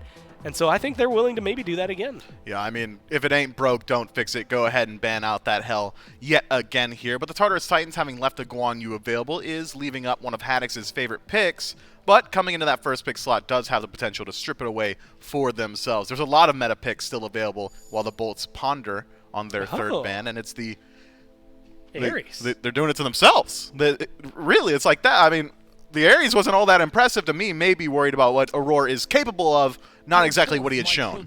And it's maybe some of the questions that come through. First off, as long as they leave Tiamat open, guess what? That means they get Lasbra back on Gilgamesh. I'm sure they're plenty happy with that. But do you think, like, this feels like one of those bans that maybe they're planning to lock in something, especially now that Vin's been kind of isolated a little bit more, quote-unquote, a little bit more. He had one extra god thrown off. I mean, Ares has a couple of is a counter to a couple of gods out there. Do you think that maybe is going to indicate some transition for their draft? Or, I mean, as of right now, they're just playing the same game. Could do. We do know Ven really does like the Yanis pick, and Ares, with that cripple, makes it a little bit harder for him to maneuver the map, so could open up the door here for the Olympus Bolts to go towards the god of portals and transitions. See, you kind of set me up. You asked me if there was going to be a transition, the god of portals. Whatever it is. Osiris and Tiamat going to be locked in here for the Tartarus Titans. Fafnir, Gilgamesh on the other side. There is still a lot of really meta picks available for both teams. Notably, every single hunter in the game still available. Now, this is where things get a little more interesting. Tiamat, Osiris, it was Ares that was in the top 3 for the Titans last time around. That's not going to be able to happen here. So either we're going to see a pivot for Aurora now, or they might go the Kali Artemis where they're bottom 2. I'm not sure how likely they're going to that. In fact, me and you were talking about it almost immediately after the desk. It was, you know what? This Kali's pick feels more like a Cherio thing, not a Scary D thing. Opposite is the case for this Loki. This feels like a Scary D thing, maybe not so much. Maybe a little bit still a Cherio thing. Yeah, I think when I think of Scary D and his jungle style, his emergent jungle style, if you would, as he has transitioned from the soul lane to the jungle here in Season 8, it's about early game pressure. It's about being that first one in, able to make your stamp known pre-level 5 and generally up until about level 13. And I think Loki is a god that is very much going to fit that role. Loki has deceptive early game. Flurry is a phenomenal ability. He's got a great ability to close his gap into the back line. But this Odin pick could make it a little bit harder for him to execute on. Odin essentially invalidates Loki in the 1v1. I don't think Scary D is ever going to look at this Odin and say, yeah, I feel like hitting him, unless he's just the last one alive. I do think, though, that it is at least going to make it a little bit easier for Scary D to get involved early on. Brings back the question. Yesterday, Odin looked phenomenal, but it was Odin Morrigan on the same team, right? So there were 2 Odins to look really great. Granted, I will say Haddix alone looked phenomenal. But, the conversation was easy because it's like, man, all you need is one Phantom with a single Odin, and most of the time that's going to be helpful, although we saw yesterday that was not always the case. Do you think this is going to be enough? I mean, Gilgamesh, Odin, Fafnir, that's your front line. You know exactly what's going to be running them down on the side of the Bolts now. It's just getting the carries and trying to control the rest of the fight that is going to be locked in for the Bolts. So what we saw in the Odin selections yesterday was that generally it was the enemy soul laner that was forced to pick up the Phantom early on because he's worried about ganks coming towards him. If you ever drop the cage inside lane and the jungler is there, you're essentially your life is forfeit. So what did the Odins do? What did FineOK do to counteract that playstyle? He just started rotating out of lane. Oh, your Phantom's on the soul laner? Well, I've got Blink, and all of a sudden I'm in your duo lane. Well, you guys don't have Phantom over here. You're just going to lose your lives consistently throughout the early game. So I think that the Bolts have an opportunity to kind of play that similar style. FineOK essentially on this Odin pick foregone his lane after level 12. It was just like, okay, I don't need to be here anymore. Instead, I'm going to focus on the team fight and get neutral objectives. That could be the strategy here for the Bolts. Well, hey, if you're watching this and you're looking at it, a couple of bans come through, and it makes sense for the most part. Athena is one of those bans. Makes sense. We've seen her a few times up there, although a lot less as the season has gone on. Merlin, we've seen him up there a ton. But Artemis getting banned out, as well as the Habwa getting banned out. So the Bolts, I think that's the second day in a row where we've seen that Artemis banned, and makes things a lot more interesting. And it looked like it could have been a new WoW, but instead swatches over to the Xbalanque. Screw that. Barra played him yesterday. Go watch yesterday's games. Yeah, he did it. Izanami, this is going to be her first game this year, not what I was expecting. Congratulations, Gore. I'll go ahead and talk about it for a moment while you update your sheet to incorporate another one of these new gods here in the SPL. Izanami has really good 1v1 potential. The Dark Portal ultimate, as well as one of the best stims in the game. Very strong, great lane clear as well, which could help out a little bit once this Ganesh gets locked in. Not really known for his ability to clear waves. Izanami won't need the help. I like it. I like this draft a lot here from the Tartarus Titans. It's very fight-centric. They're looking to play around that mid-game phase. The second this Tiamat comes online, the rest of the team will be online around her, and likely it's going to be a neutral objective-focused just kind of strategy from them. Well, fun news. There's only 19 gods that have not been played so far this year, which I we got don't 5 know months left. That came through. Yeah, I'm going to say on a much better pace than Season 7. We were really starting to scrape the bottom of the barrel at a certain point. I want to say Loki getting brought back into the meta definitely helped. But yeah, your Scotties, your Opwashes. Who else is in there? Hades is one that I'm actually kind of surprised we haven't seen, but let's give it a couple of weeks. Man, I'm going to throw him under the bus, but your Anubises, look, Twig's not in mid anymore. I don't know how often we're going to be getting that. I don't know the Dragons can push Heroin into that one. This Discordia is going to be the thing that gets locked in at the very end. And look, there's a lot of mid bans. Vin did not have many options left to go to. How do you feel like Discordia fits in? I mean, with the Odin cage, it feels pretty good. I mean, Ven just likes this pick. He's been pretty consistent on it, has great CC lockdown. The passive is one of the best parts of this god, honestly. Just the ability to have one of your teammates deal more damage than he should makes it very hard for the opposition to kind of plan around those damage spikes. It is likely going to be on this Odin for the most part, as soul laners generally do find the most poke, but I think Discordia fits into this draft incredibly well. Worth noting, Ven is one of the premier Yannises here in the league. Sure, you got to talk about Heruin. You're the best Yannis to have ever done it, but Ven also has a very good repertoire on this god.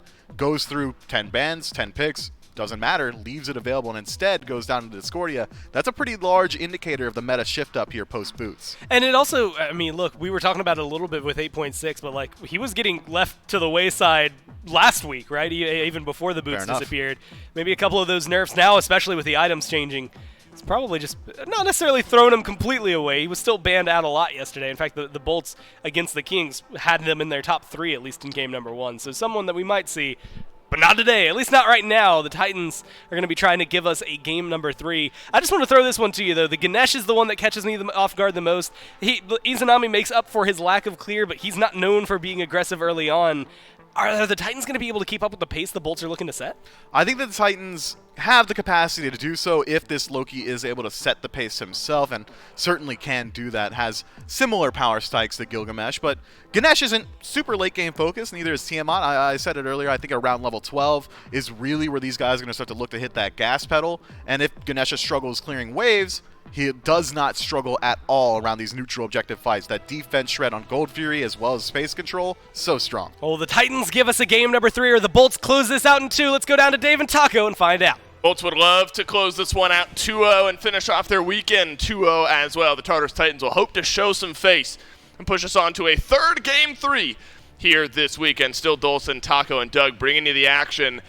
And we have plenty to talk about here in this one, I think, Taco. Let's start on over there in that duo lane. I think Gora set it up properly. Barracuda, he played Jablanque yesterday. Go watch that one. Cyclone Spin on the Izanami, though. An interesting pick here that maybe could make some waves.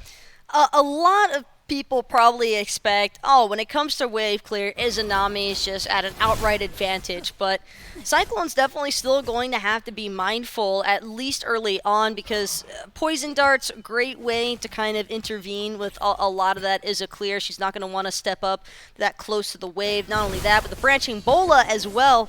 Very effective clear out of the Xbalanque, plus the hammer toss out of Jake. It's just, I almost am curious, though, if Cyclone's going to actually elect to level the Sickle Storm or that Spectral Projection, because Sickle Storm would make it a lot easier for him to look for some aggressive boxing matches. Haddox, be careful here. Just shy of first blood going on over to Benji there in the soul lane. Maybe nothing too surprising here. We know an Osiris with an axe and then some of the range damage can maybe find first blood, but instead it might happen in the mid lane. Lasbra gets away as well. Scary D is low. Venenu could look for the chase. Strife is no good. That means Venenu's going to have to back away from this fight. Both junglers taken down to just over 200 HP here. Now you're kind of rolling the dice, I think. You stick around too long in the mid lane on either side, you could be looking at first blood. All depends on whether or not Venenu is able to connect with the Strife. Barracuda going to be forced into that Rising Jaguar. Doesn't actually have the poison darts available just yet, but Awesome Jake's still going to look to get up in Aurora's face with that Fafnir hammer toss. And Lasbra, Scary, both able to regen, no problem. Yep. Scary just wants to get aggressive. He does. Strife is in onto Scary D, who will use the beads here. Now it's the leap in from Paul and the leap into the backline from Lasbra. And the auto attack gets it done. And the Olympus Bolts have found first blood on over into the mid lane. And it's Lasbra on the Gilgamesh, still controlling things here in game 2. That's just tough for Scary. Maybe he thought that Paul's Primordial Onslaught was going to dish out a little bit more damage there, but using Vanish so aggressively into the likes of a Discordia just opens you up to getting caught out when you are within melee range of that Strife, and that's exactly how things panned out there for Venenu, and giving a first blood towards Gilgamesh, not necessarily in Tartarus Titan's best interest. Now look at this rotation from Jake. He's going to help Lasbra and, I was going to say, and Ven, but instead it's just Lasbra secure in under the red buff. And then there's a rotation from the Bolts as well. On over towards the purple buff. Gets taken low here by Aurora and Cyclone Spin. But the 1-2 jump, the jump squad is there, and the Olympus Bolts, easy as you like, will find their second kill of the game. Cyclone able to hit the fadeaway into safety, but losing that purple buff experience is the main downfall here for the Tartarus Titans duo lane. And all of this, Dave, just stemming off the back of one slight misjudgment error there from Scary D, trying to get too aggressive too early on in the mid lane. And now with the Olympus Bolt having control of the timers, Haddox could be in some trouble. He is taking damage, but Scary D will think twice about leaping underneath that tier 1 tower. Yeah, level 3 on the Loki does not feel great. There is no blue buff here. They will have one Harpy to take down and get some XP, but feels bad, especially when Lasbra has continued up the farming here. And now you can see Lasbra and Haddox getting aggressive on over into solo. Benji jumped on. Barracuda sends the ultimate on over to assist the team on the right-hand side. And some damage coming back from Scary D. That'll make the Olympus Bolts think twice. Looks like both solo laners will live to fight another day. Nothing really up and available for Lasbra to consider trying to invade for, so he'll just elect to farm out the jungle camps that have just recently respawned on his side of the map. Meanwhile, Cyclone Spin still looking for areas of recovery to try and make up for that mixed experience gap that he's now trailing for Barracuda. Knowing that Barras doesn't have that Darkest Nights available, though, means that he is susceptible to getting caught out in a 1v1 opportunity here for Cyclone. Cyclone's able to catch him with either the Dark Portal or even just that Spectral Projectile. It could be a decent way to catch him in the slow, because Darkest Night does give Barra movement speed. So without it, maybe a chance for Iza to come back in. Right, it's not too far behind. It's Ikavel completed now for Barracuda. So there is an item disadvantage on over on the left-hand side of the map, but Cyclone Spin, with proper rotation of abilities, could find that opening. Looks like purple buff will go quietly this time on over to the Tartarus Titans. Scale potential still with the Izanami. Going to take some time. One level ahead of Barracuda. The farming has been there. A lot of back camps, or a back camp, maybe the green buff taken away from Scary D. And I think this is good from Lasbury. You're just going to go collect the item there. But continuing to show a little face on that side of the jungle, especially with the way that this game has gone for you so far on this Gilgamesh, why not? You find an open pick, and the Olympus Bolts can push this lead further. The most important part here, though, for the Tartarus Titans is that despite the fact that the Olympus Bolts had track of their buff timers, they weren't actually able to repeat those red buff invades or the purple buff invade that we saw initially. So Titans doing what they can to sort of slow down this aggressive pacing that the Olympus Bolts were starting to take lead with. And I think that right now the priority shift is really just on getting Scary D to stay contesting Lasbra, because despite having died and being first blood, he still managed to stay level with Lasbra for the most part. Yeah, with the XP on the bottom of the net worth charts for Scary D, unfortunately, whereas Lasbra close to the top, about a 400 gold difference between both of the junglers. Still not horrible at this point in the game, but not what you'd like here if you're Scary D. A good look over on the right-hand side of the map, the crashed ship there. One of my favorite crossovers. We partnered with that captain who got the container ship stuck in the Suez Canal. Yeah, that's his ship there on the right-hand side of the map. Just kidding, that's obviously not true, but I like to think that it is the case. The Tartarus Titans are going to send some pressure on over from the right-hand side of the map towards the mid lane here. Scary D has found damage on Awesome Jake as Paul sends some flying in from the back as well. Awesome Jake and Venenu, they're both half HP, and the Dharmic Pillar, so much value from Aurora over the wall, but Venenu survives underneath the tier 1 tower. Lasbra a bit out of sorts here as well, as he's in behind the Tartarus Titans, and Haddox attempting a 2v1. All sorts of split up here, Taco. Haddox, I think, is going to turn tail. Incredibly disjointed fight so far for the Tartarus Titans and Olympus Bolts. And both sides will manage to escape, largely more so on the Olympus Bolts for managing to escape there. Surprised that Benji wasn't able to actually collect Venenu there, but that Lord of the Afterlife actually off the mark because he misjudged where that tether stun was actually going to leave Venenu underneath his T1 tower. So Ven, a little bit of luck, but also wise of him to recognize that he just needed to retreat into that T1 tower. Yep. That was not the Bolts fight to take. No, it wasn't. Benji still showing how this Osiris can put out some pressure here in this game. Felt like that was the real driving force for the Titans in Game 1, was Benji on the Osiris. The fights that seemed even, or when Benji could jump in, find Barracuda in the back line, then the Bolts are fighting without a hunter from that point on. Paul looking towards some more of the lifesteal build here on this Tiamat after Game 1. It was Typhon's Fang, Bancrofts, or might have gotten the order flipped up there, but those were the first 2 items completed for Paul on the back end of the Vampiric Shroud. I mean, you know, the data pool is small, and that's the case with so many things early on here, but did you see enough from that lifesteal build on the Tiamat to make it worth another go? Paul was definitely dealing some damage. Barracuda going to lose Purification Beads in the process out of the Dark Portal and Silence from Aurora. Nice purple buff invade, but could be trouble. Golden Apple not going to connect.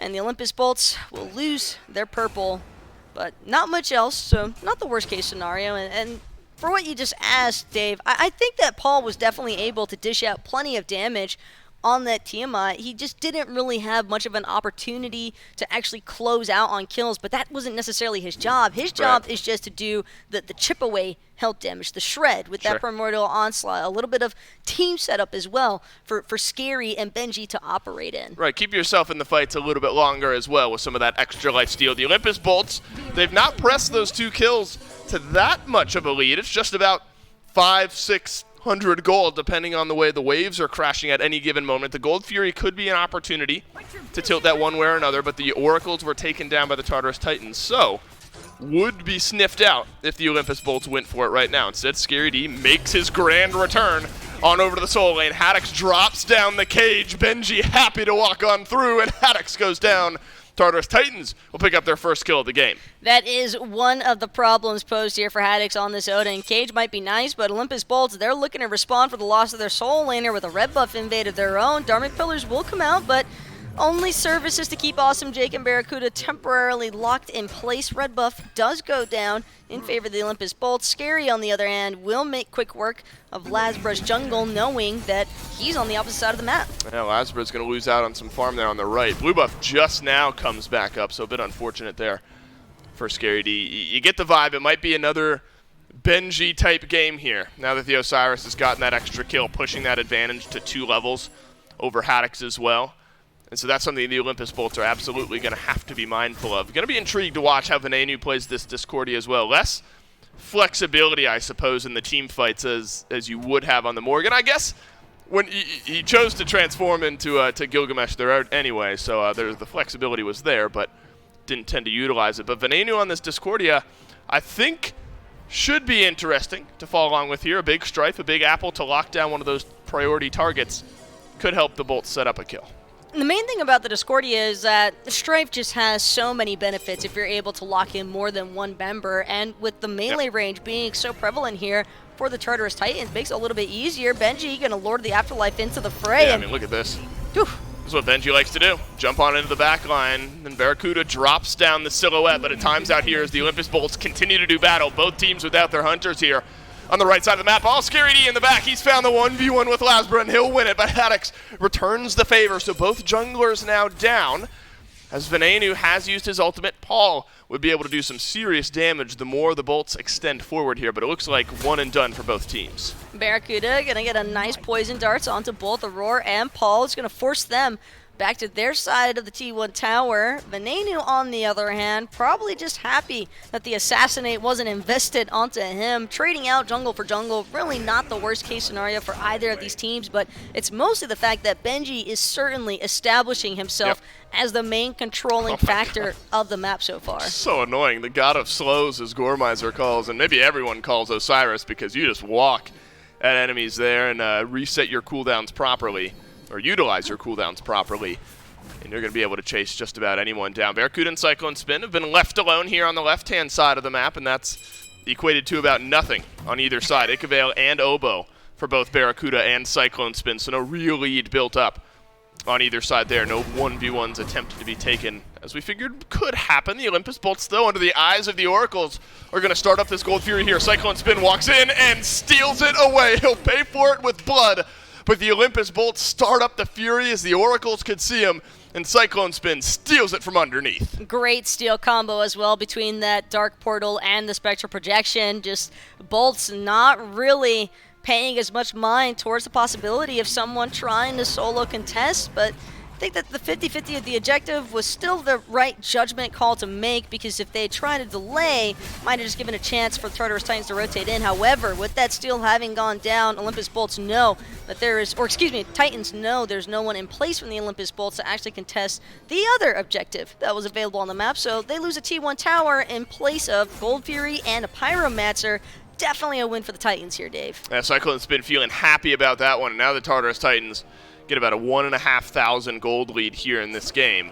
XP right around that same mark. So the Titans down in kills, Taco, have found the more impactful kills maybe, and done more with those kills than what the Bolts have been able to do, to the tune of a little bit of a lead here in this game. Benji continuing to kind of wreak havoc over there on the right. 2 levels on this Osiris, and we haven't seen a big rotation. There's that one fight over on the right-hand side where Benji did some serious work.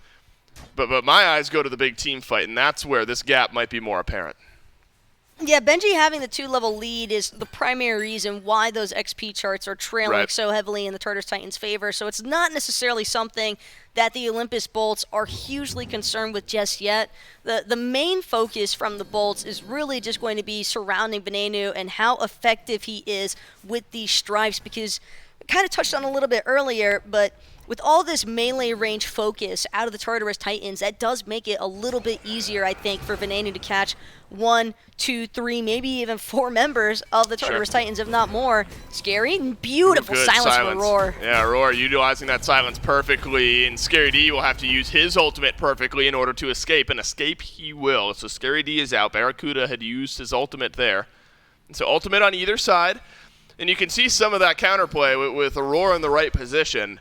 You can slow down some of that immediate engage that the Bolts are bringing to the table. I don't want to put you on the spot. For whatever reason, it just came to me. Do you know does Ganesh Silence cancel out a Odin Spear that's been charged up to a stun? I have no idea how that works with one another. If Odin is just holding it. Right, if he's just walking around with it, I mean, it doesn't, there's nothing to be canceled there, right? No, he can, I don't think he'll be able to launch it during that time period. He wouldn't be able to use it again.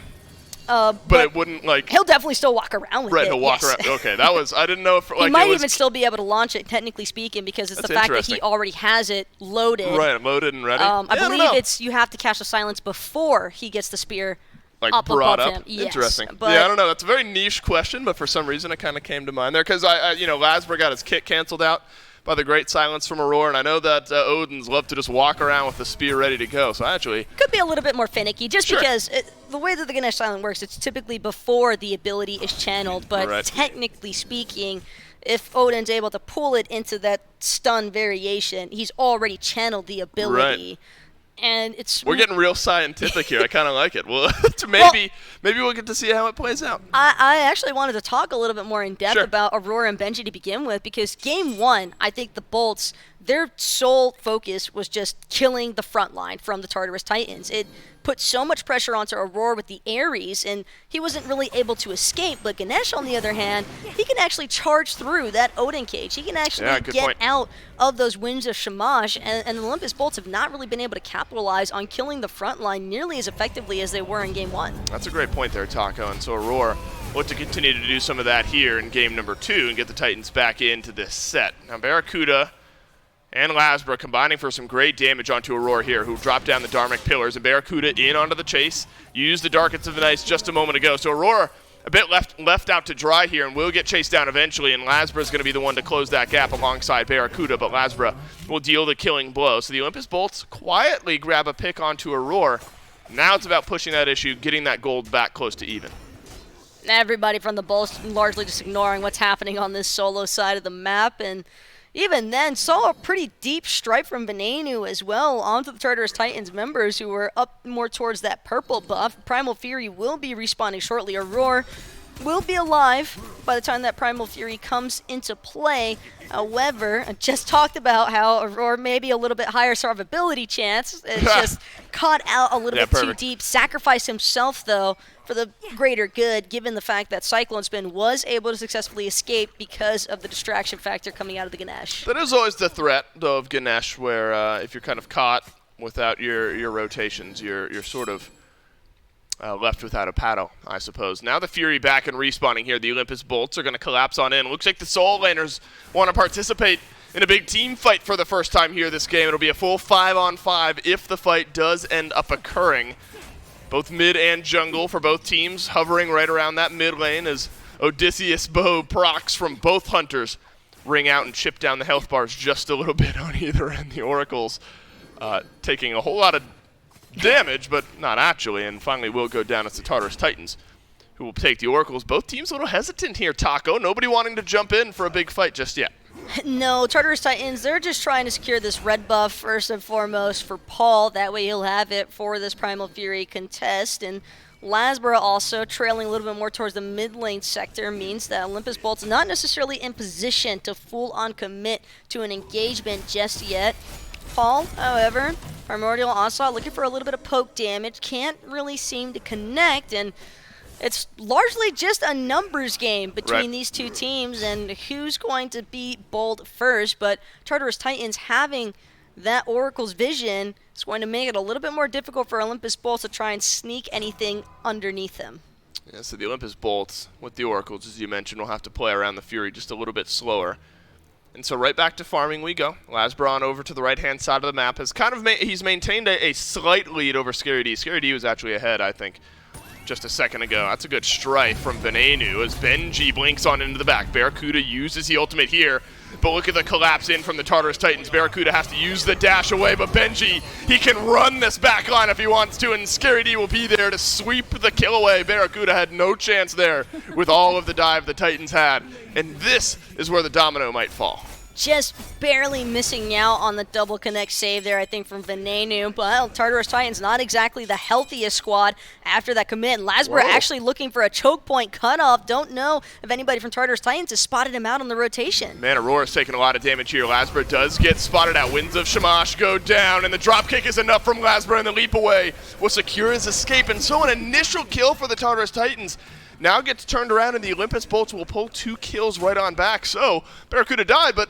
I guess you pointed it out there, Taco, did enough damage to keep things interesting for the Titans, and now no Scary D, No Aurora, but Benji is back at full HP. Cyclone Spin is in here as well, so the Bolts now might be the ones to leave. Losing that T1 tower for the Tartarus Titans just makes it even easier for those flank opportunities to take place here for Lasbra, and he has been an absolute menace with the flanks as of late, Dolson. I think that's been one of his primary striking features as a jungler lately, and Tartarus Titans bound to keep a little bit more of a heads up in terms of how quickly they're able to disengage. Benji and Scary just had to commit so much. Oh, Venenu looking towards Benji here in the mid lane, and all the leaps going towards this Osiris, and the one final leap might be the leap away from the Lord of the Afterlife. Awesome Jake hits the hammer, but Benji able to shrug off a lot of the damage. Haddock's not able to do the same.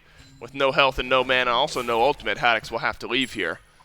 And so you can kind of get a sense of how much damage Benji is able to take as the Tartarus Titans look towards the Primal Fury here. The Olympus Bolts hovering close by. Venenu has his ultimate here, could cause some discord maybe in this fight. The Primal Fury has been dropped and the Olympus Bolts will take it for free. Barracuda uses the ultimate to secure the secure.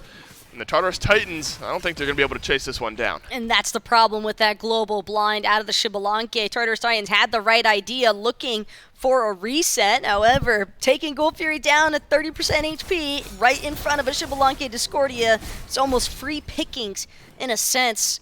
Tartarus Titans might need to be a little bit more careful in terms of how much objective damage they're actually dishing out before leashing. And now XP right back to even. 1,000 gold is all the Titans have to hang their hat on for the great early game they've had. But, you know, it's still been the case where the Titans have a bit of a gold lead. They're down by 4 kills, so the kills that they've had have felt pretty strong here. Now the Olympus Bolts are going to gather around this Pyromancer, look to get that gold right back towards even. Aurora, 0-3-2 on the Ganesh. Been tough sledding the last couple of games here. Awesome Jake gets silenced on through, but watch out for Haddox, who look for the stun on a Scary D, but that one won't be there. Paul rotating on in here as well. Both teams kind of dancing around the Pyro. This is a scary place to die. I mean, you're 22 minutes in, a big team fight one way or the other. Could be an FG. And Tartarus Titans, no leash this time around. Wins a Shamash, though, going to get expended from Lasbra in a steal opportunity. It just doesn't go through. Barracuda on the meanwhile, though, he is just pushing into this T2 tower, and it's going to take it down. All that attack speed.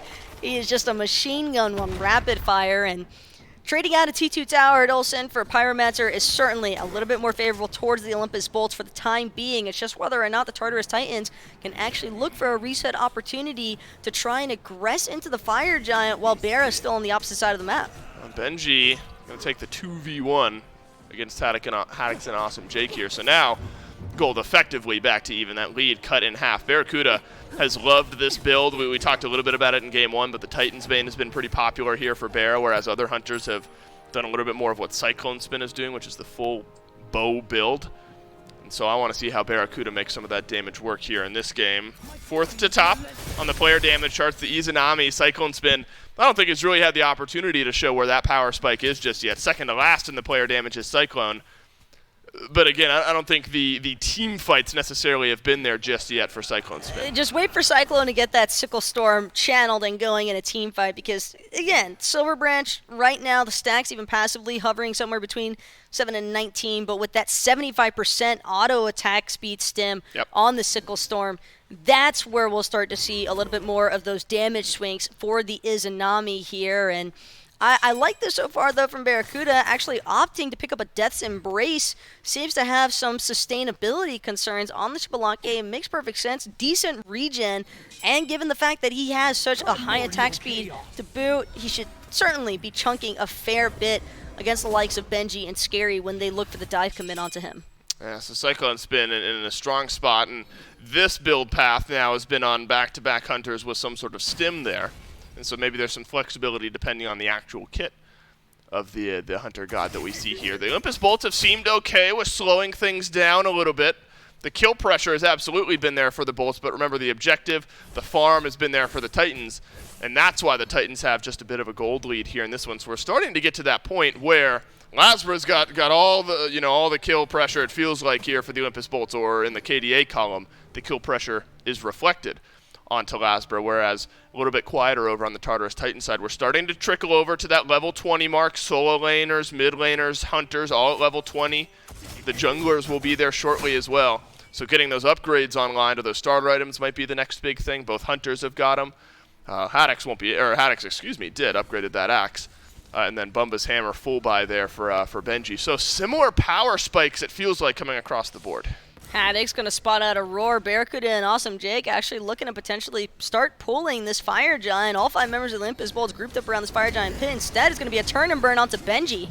Big silence coming through from Aurora here as well. The Dharmic Pillars dropped in the back as Darkest of Nights gets used as well. Lasbra has opened up a gate into the back line, but immediately has to leap away. Awesome Jake has been left alone, and now Barracuda can swing away some damage onto the frontliners of the Titans, who are locked in with Haddix. And Haddix on a killing spree now finds the opening kill here. Cyclone Spin's gotta leave, and leave he will, and the rest of the Tartarus Titans do the same. And that looks so promising at the start there for the Tartarus Titans. It's just disjointed by the end of it all, as Roar still looking to play aggressive into Venenu, will be forced to back off, but the Girdle of Frenzy actually has been popped, and with the Belt of Frenzy now offline, that just means that the Bolts have an opportunity here, given the fact that Jake still has those Sunder charges to play around with. A couple Sunder charges, will still have the Coerce to get Barracuda pumping out some damage onto the FG. Cyclone Spin, half HP here. And so this Izanami is going to have to choose that engage moment near perfect. Benji jumps on in, as you'd expect, to the back of the Olympus Bolts here. A couple members in chains, though. They'll be able to back on away. Benji doesn't take that much damage for his troubles, but there's the apple from Venenu, and Aurora dashes away. Benji leaps away. Cyclone Spin turns tail. Paul leaps on out as well. All the movement cooldowns used backwards. But the Tartarus Titans doing what's important here, Taco, and that's delaying down the FG to the point where Scary D is now respawned. He's back. And something else, too, is that these Dharmic Pillars really not that threatening towards Barracuda, because you have to remember the CC immunity that's provided through the Rising Jaguar channeling cleanses that slow that would normally be applied to every single other hunter out there. So Barracuda definitely getting full utility use out of the Shibalanke, and as long as Haddix is able to find even one member out of the Tartarus Titans inside of that cage, it just seems as though Bear is able to do more than enough damage to make up the difference. Aurora's going to dash away here. Shogun's Kusari picked up for both of the supports. You know, with the attack speed items, maybe that gets value anyway. But with the way Cyclone Spin is built out here and the way the Hunters continue to build out, maybe we should get used to seeing that item a little bit more. Pyromancer taken down by the Bolts. Primal Fury looked at and likely taken down by the Bolts as well. Unless Cyclone Spin can get it done again. The ultimate is up and is ready. He's going to get slightly reset, but now Lasbra, he wants more. He jumps into the back. The dash away from Cyclone Spin to secure his escape for the time being, but Lasbra's on a killing spree. Can the numbers advantage over here do the Tartarus Titans some good? Yes, it can. Barracuda jumped on. The Dharmic Pillar's down. This Awesome Jake will be silenced in as well. The cage from Haddix gets some value. Awesome Jake will have to transform, and it's some lockdown on the backside as Benji picks up another. Hard to escape from the likes of a Ganesh, because Aurora, he'll choose to dash in regardless, knows that he can keep Awesome Jake confined in place, and Haddix actually going to pay the ultimate price here for a slight overstay. Should have just ran away the moment that he lost Awesome Jake. So Cyclone Spin traded out for 3 members of the Bolts, and with Scary D still alive alongside of Benji, definitely an opportunity for Fire Giant to go down. Lasbra is close by.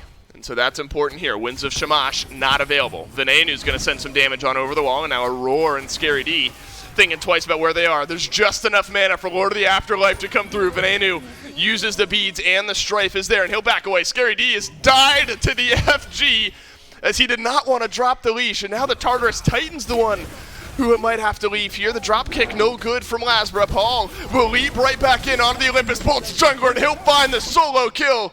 And so that'll turn it around. Both junglers gone. Might have that Hero's Ascension, but you can't get away from the Tiamat with that grounding strike. A beautiful play out of Paul, having the immediate follow-up off the Ruination, and that's the damage that Tiamat is able to provide, and all Paul and Cyclone really need are just clear avenues to free cast with.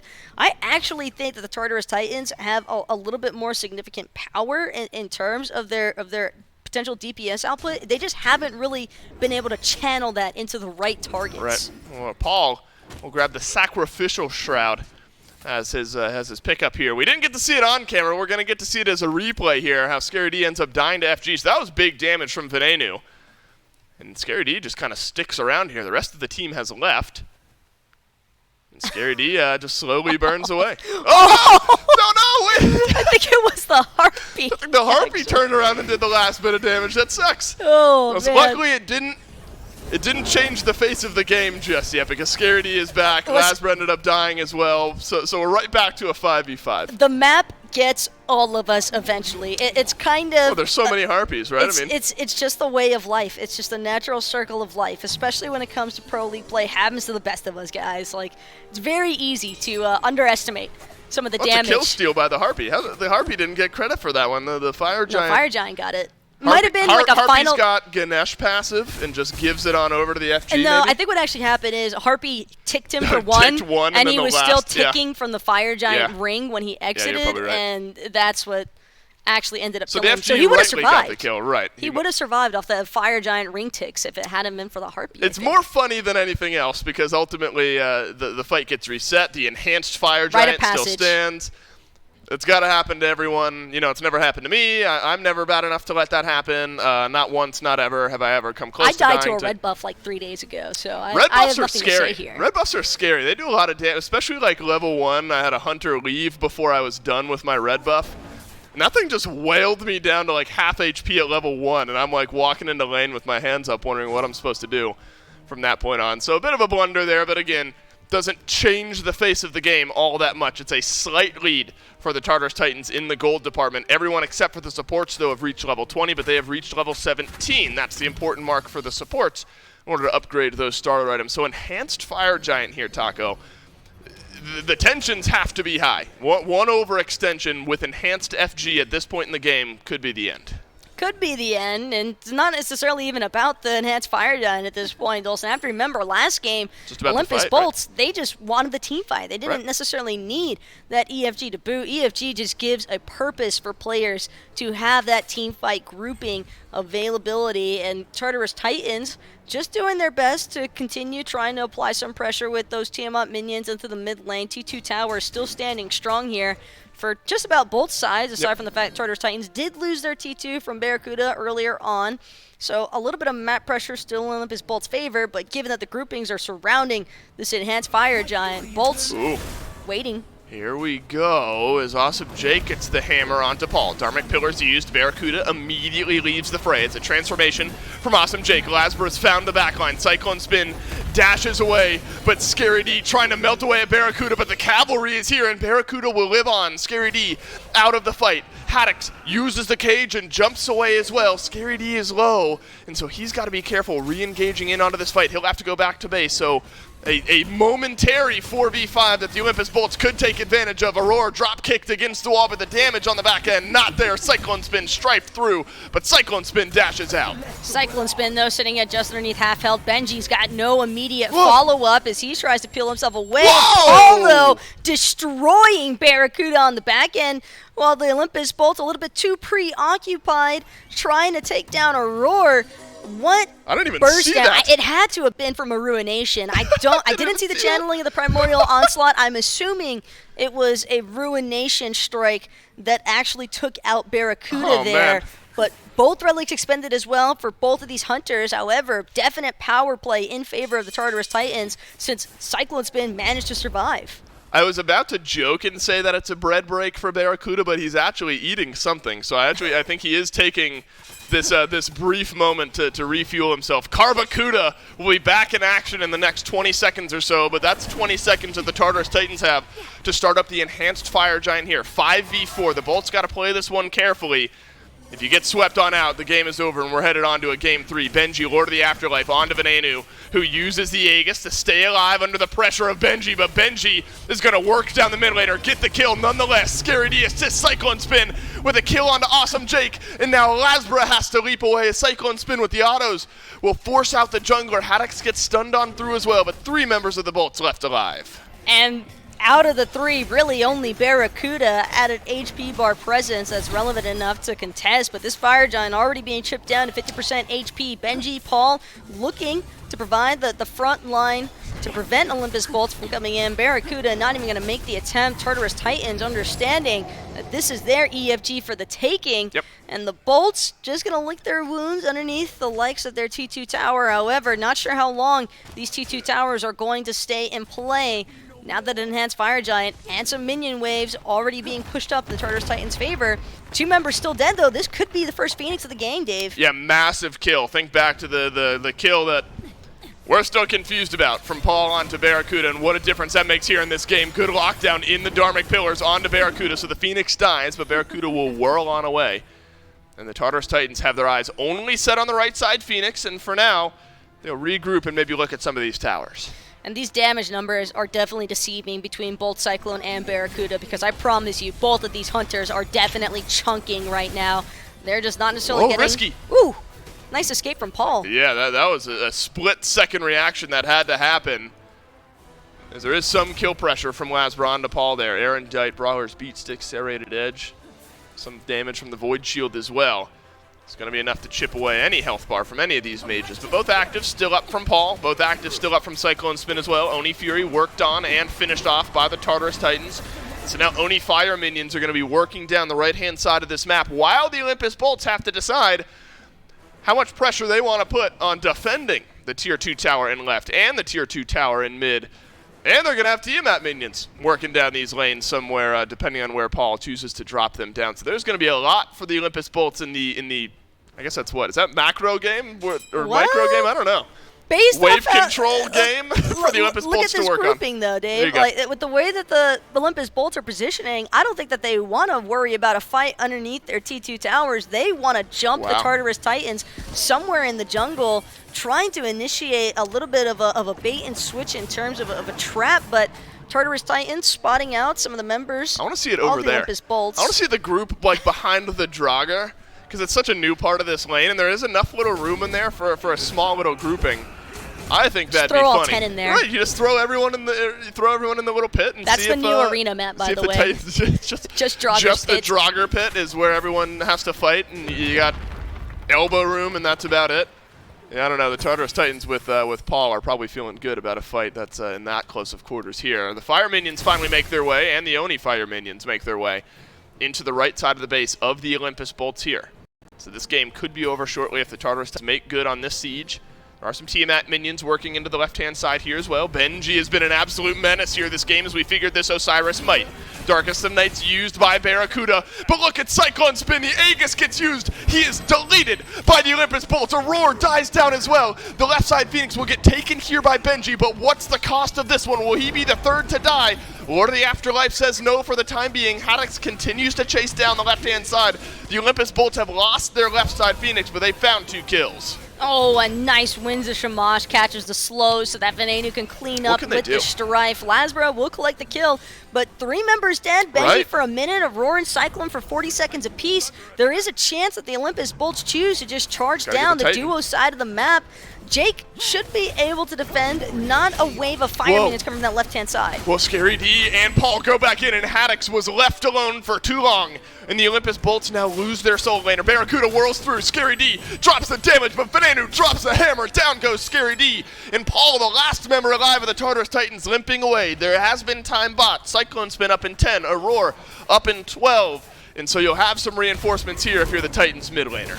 This could be problematic, though, given the fact that the respawn timers are now a little bit staggered here for the Tartarus Titans. However, actually penetrating the base, it's that left side Phoenix that hurts the most. Right side Phoenix pretty much guaranteed to respawn at this point, Dolson. Even with that Enhanced Fire Giant spawning after the fact, it's basically a guarantee that the Olympus Bolts are going to be able to get that one back up and running.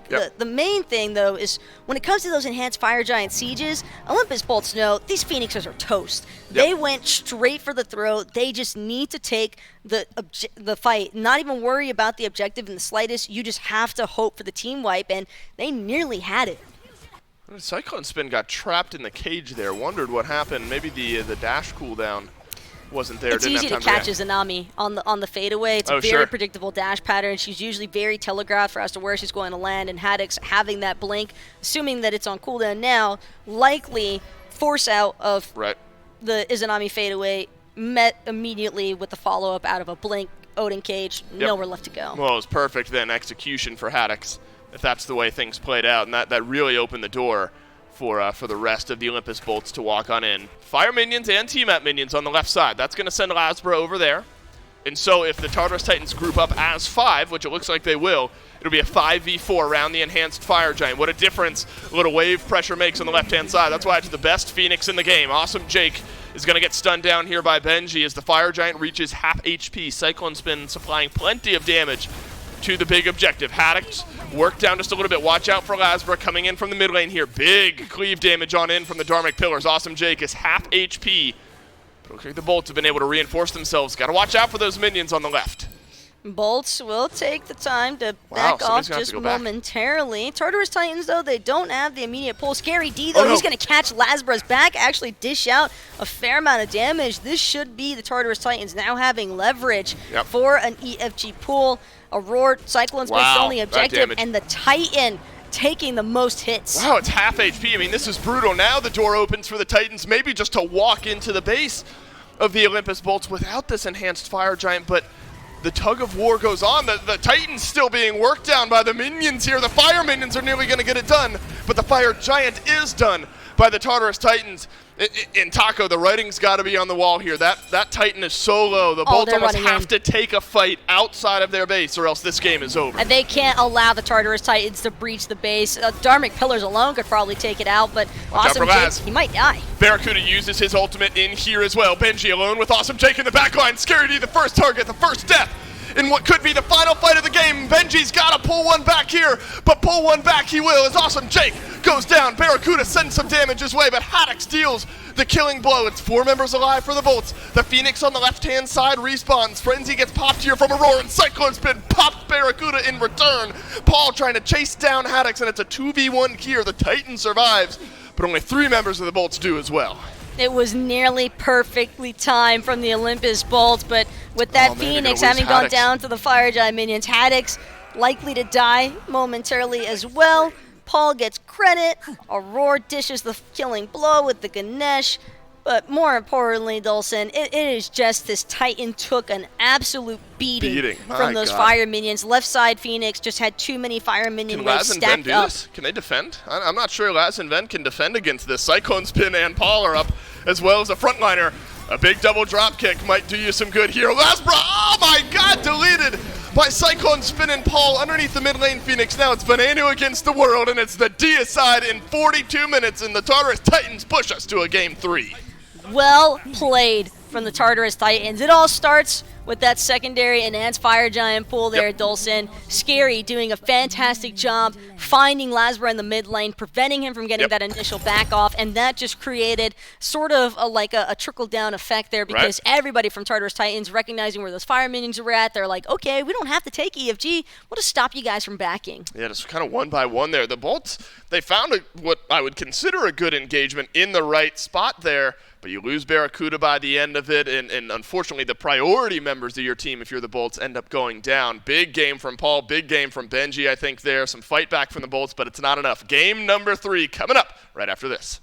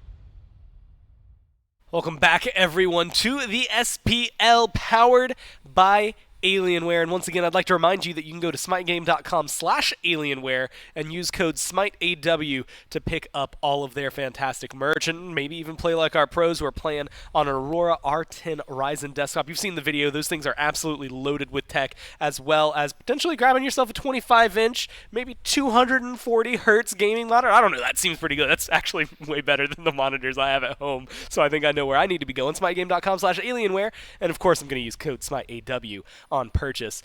And you know what? Give them a follow on Instagram and on Twitter at Alienware, and go to alienwarearena.com to join their global community. But it's Gormizer, it's Mifflin, who are here once again. And Mifflin, we're not wrapping up the set this time around. The Titans refused to go down. There was a point where they were, I felt like they were going to. I was talking about, hey, what are we going to look at? Like, you know what? Let's talk about Lasbra. Let's talk about Haddix. They're doing pretty well this game. And then the Titans start winning a little bit. And then they fumble a little bit. And then they start winning again. And that's what really matters. And then, you know, minions do 90% of the Titans' HP and make the game a lot easier for them. I do not have a stat to back this up, Gore. Maybe you can speak to it a little bit on your end. But I feel like the Olympus Bolts struggle the most against these minions, more so than any other team. This time around, you can give full credit to the Tartarus Titans because it was manufactured minion pressure from them. They consistently realized that left lane was pushed up, so let's force a fight. And it was fights very often that the Bolts were coming out even or ahead in, but losing out on that map pressure because those minion waves were legitimately just slamming their Titan. Well, there's the man of the hour. Scary D died to a Harpy, credited to the Fire Giant. But still, FG's first kill. I want to say, yeah, the FG's first kill. And we have to clarify, the first one that is credited fully to the Fire FG. Giant. That's what matters most, right? I have a Winions counter as well. It's only at 2. Why does this game not count? Well, technically, they didn't kill the Titan, and so I don't count it, even though they did almost all of the work on their own. 99%. It wasn't all of it. I will say, though, Scary, I want to say, you know, as much as it is fun to meme him for unfortunately dying to a camp there, also stopped Lasbra from backing and helped those minions get some of that damage done. So, you know what? You give some, you take some. You have to do a little bit of both to make sure it stays balanced in the game. Either way, I'm sure they're feeling a lot better about that one. The Bolts had a much stronger early game than the Titans did, though. I mean, for a majority of that game, they're in control. It's really the last, well, I mean, that goes, 40-ish minutes, so the last 20 minutes, the last half of the game, that starts to favor the Titans. And I'm going to throw it out this way to you, Mifflin. Yesterday, Bolts, our second pick in game number 1, they win it. Their second pick in game number 2, they lose it. Then their first pick, like they're about to be here in game number 3, and yesterday, they won that one. So we'll have to see if they can repeat it and just keep a really, really interesting pattern on my spreadsheet, or if the Titans can change fate. Yeah, the Olympus Bolts looking to close out this set and prove to the fans at home that they are indeed the Bolts and not the Dolts. I'm going to keep pushing it until someone makes me my meme. Someone better make me that meme. Hey, wait. Whoever's controlling the SPL Titans Twitter account has to, like, if you win this, it has to be like, see you later at SPL Dolts. Nice. Right? Yeah. I mean, but I don't think we have that at, so maybe just okay, like, so maybe like just hashtag SPL Dolts? Yeah, there it is. We'll get a hashtag rolling out there. All Titans fans at home that also have Twitter accounts, make sure you're tweeting hashtag SPL Dolts. Just please, I need this bit. I'm so proud of it. All right, let's talk about P's and B's. Well, hey, it just started, so there's not too much to crack out here, but it's going to be game number 3. As mentioned and just a couple of minutes ago, aforementioned, the Bolts are going to be your first pick team. Notably, last game, Seoul, the Morrigan, Yamoja. Those were the top 3 bands from the Titans, top 3 from the Bolts. Today have been Raijin, Fenrir, plus another. It was Hell, game 1. It was Ares, game 2. Maybe regretting that a little bit there in game 2 as well, letting that one go through. But they're going to change up a little bit of it and ban the Osiris first this time around. And the Titans saying, look, I know that you've given us Tiamat every single game this set, but now that you're first pick, we want to make sure you're not playing the Tiamat. They know how much damage that COD is capable of doing. Paul has a phenomenal game on it last time around, and, well, they don't want to see that inversed with Venenu. Now it's starting to feel more like the Bolts are looking at what makes the Titans strong, or what has been very strong for them, and getting rid of it. They banned the Loki in game number 1, but it was in the second phase of bans. They didn't ban it, or didn't get the option to ban it in that same phase because it was scooped up too fast by the Titans. So they ban it here around, well, number 2, not around number 2, at number 2, their second ban.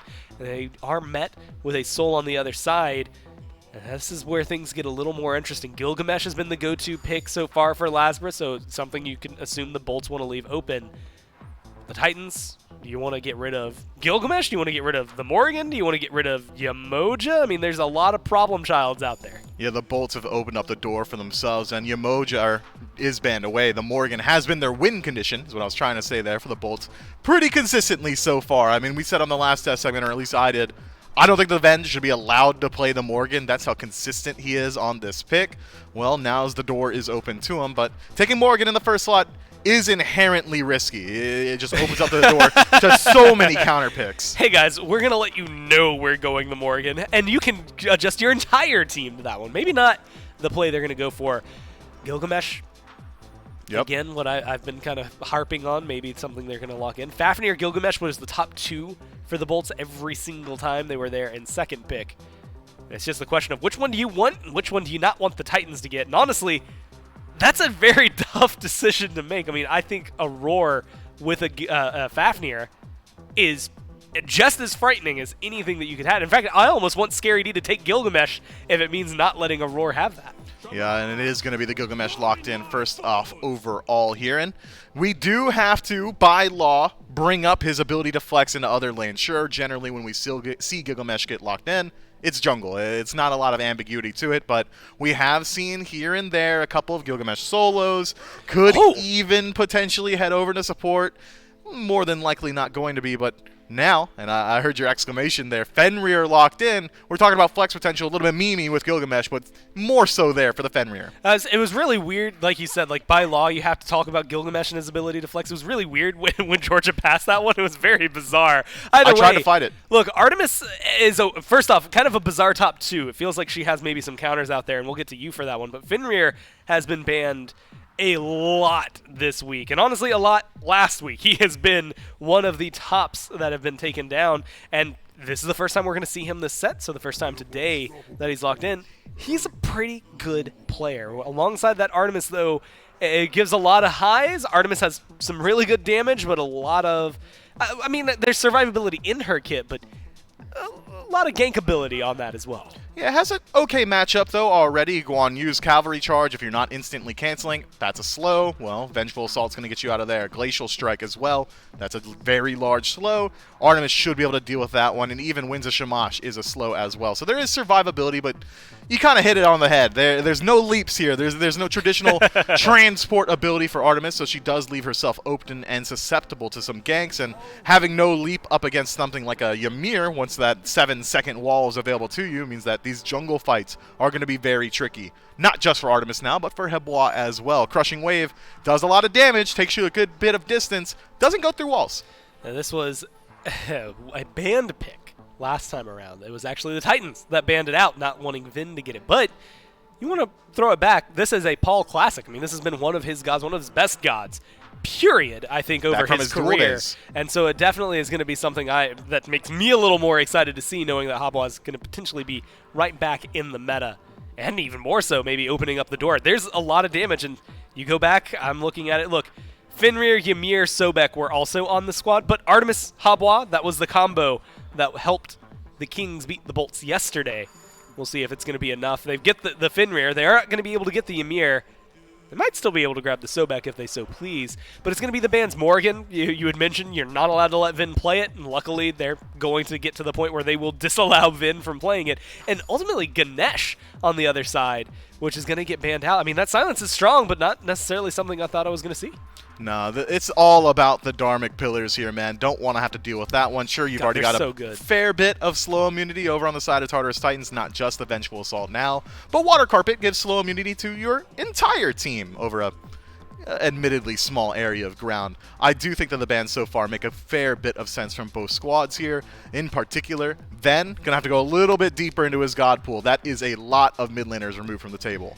Man, deja vu. It feels like last game again. Discordia was the option then. Yeah, poor Ven. And did pretty well, but it's just not a comfortable spot to be in all the time. Push back against it. Hey, Giannis, we talked about him last game. Maybe we'll get to see that here. But as of right now, we'll stay in the realm of what is happening. Hercules locked in for the Titans.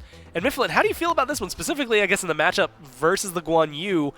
Although it should be noted that we don't know that it's actually going over there. It could still be for Aurora. Yeah, it could be. We might see the Fenrir head over into the Soul Lane, but I think it is a little bit more likely that it is going to be the Hercules out of the Soul Lane. We've seen Benji play it a couple of times, and it's got decent matchup into the Guan Yu. You're going to have good clear with the Earthbreaker. You're going to be able to cancel out that Talu Assault, but I don't want to talk about it anymore because we just got a I don't want to talk about that anymore. Interesting lock-in. Baba Yaga getting picked up first, or for the mid laner, for Ven here, and this might be one of the first times we've seen Ven play Baba Yaga so far here in Season 8.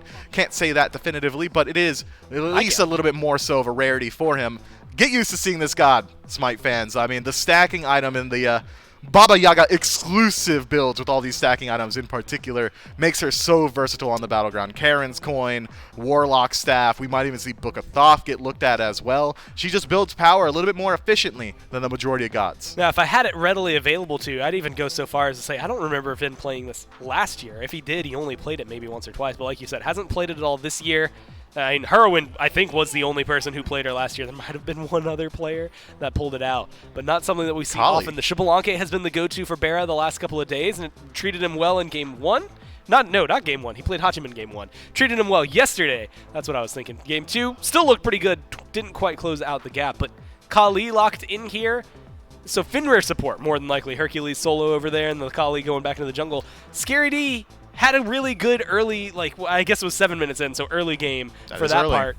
But this Kali didn't really get to do Kali things later on. No, he was struggling a little bit with his positioning inside of the late game on this Kali, but as you already highlighted, he kind of nailed the early part, which is the hard part for Kali. So I think if he gets off to a similar start, now you got to do the easy part better. Yeah, might as well run it back yet again. Cherio is the coach for this Tartarus Titans squad. Cherio was one of the premier Kalis within the league, or even within the entirety of the SPL history, so it makes sense to me that he's pushing for it. I can almost hear his voice in P's and B's. Oh, I think Kali's pretty good here, guys. I could see. Scary D has to play it. Hey, we need a pick for Scary D, Cherio.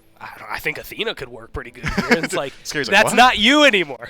Calm down. Get out of there. Either way, like you said, it fits really well into their comp. And look, Habwa, Artemis, Kali, they're going to absolutely destroy if they hit a good late game state. Fenrir Hercules feels like a great way to equalize the early game.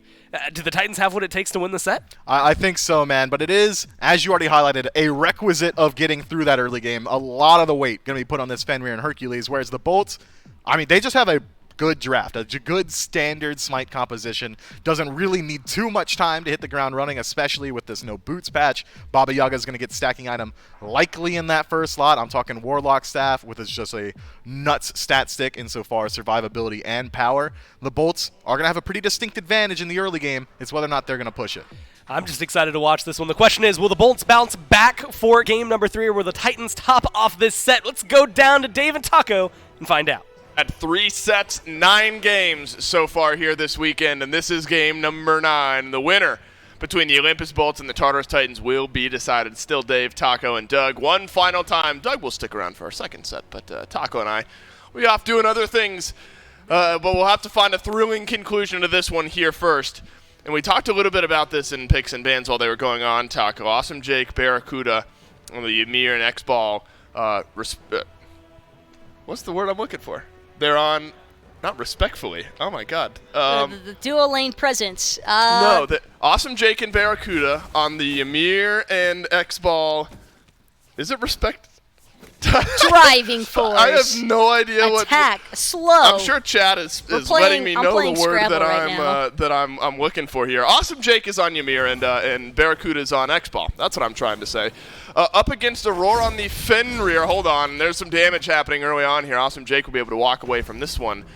But Taco, in your mind, this might be the opening for the Titans to find a little bit of damage, because Awesome Jake on this Ymir should have a good matchup into this Artemis. Into the Artemis, sure. Aurora with the Fenrir, on the other hand, could pose a little bit of a slow, no pun intended, against this Frost Giant's presence. And the main issue for Cyclone is that Ymir just has so many different ways to force proc her Vengeful Assault, and she can only cleanse one of those slows. But between Ymir ultimate, that Glacial Strike, even the Frost Breath, and that wall cut off capability, it's just tough for an Artemis to ever really find the positioning that she would like to try and stay alive. And it seems as though the Olympus Bolts' entirety, their draft mentality, seems to be alluding to the fact of, okay, Cyclone, you can have Artemis, but we'll kill you before you get a chance to deal any damage. Respectively was the word I was looking for. Respectfully?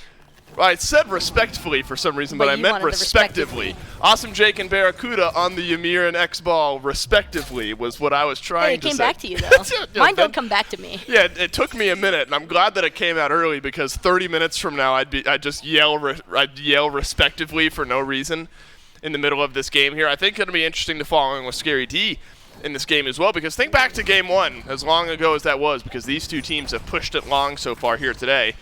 Scary D was off to a great start in that game on this Kali that needs some time to scale up, but then by the time we got to the late game, there was plenty of lockdown from the Bolts to keep Scary D from kind of getting unchained in some of those fights. Is there a similar threat in your mind, as Benji gets drop-kicked by Lasbra here, is there a similar threat in your mind to this Kali that you might not have a chance to kind of go off in some of these fights? I'm just not completely sold on Kali having that freedom of mobility against the cavalry charge, against the wall threat force presence. Benji, on the other hand, though, could be the driving force factor that Tartarus Titans need, as a blue buff invade has now been opened up. Scary D will get caught out by the minions, and Order Tower Strike will take over. Quick pause here. I think coming through, I think Paul maybe DC'd or something there in that fight. The Titans were, I don't know, their house was struck by lightning or something, by the Bolts. The Titans lost some power there on their end, so we're going to have to come out of game here for a minute. Taka and I will talk a little bit about what's happened. Granted, literally nothing has happened so far here in game number 3. So sabotage jokes aside by the Olympus Bolts, we'll make sure to get the Titans up and running here shortly. But I think you have this kind of duo combo of the Kali and the Hebo, sort of that 1-2 late game punch. We'll have to see if they're able to get there. We are going to have to see how long it's going to take for the Tartarus Titans to get their power back. Make sure to stick around, everyone. Now's a great chance to go to the bathroom, grab some snacks. We'll update you as soon as we can. A quick break, and we'll be right back into Game 3.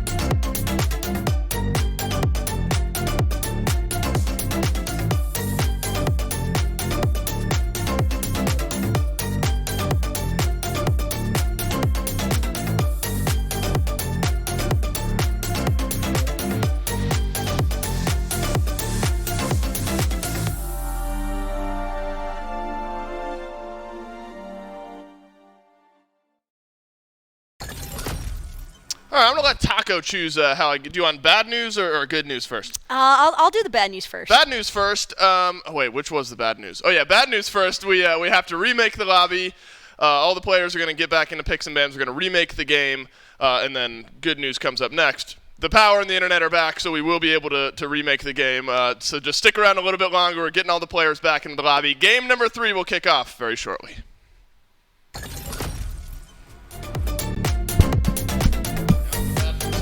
Woohoo!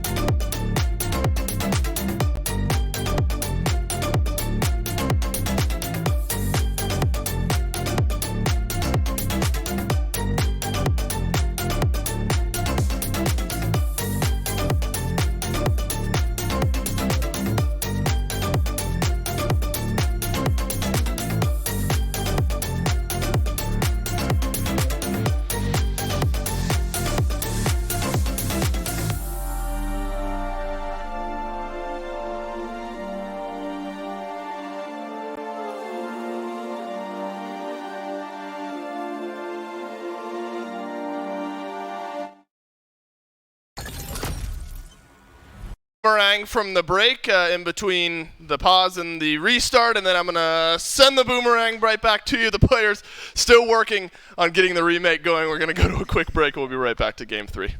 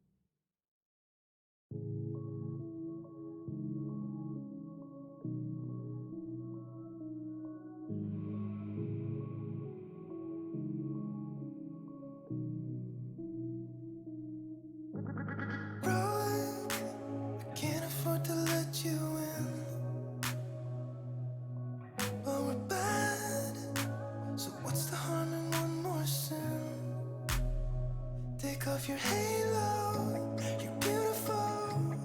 I don't care if it tears me apart. We couldn't let go from the get-go. I think we're past trying to hide who we are. Baby, I don't mind you calling. I'm still awake in my bed. Say the things you shouldn't be saying. I don't want you to act like you still have that halo. Halo, got the halo. Like you still have that halo. Halo, you should let it go.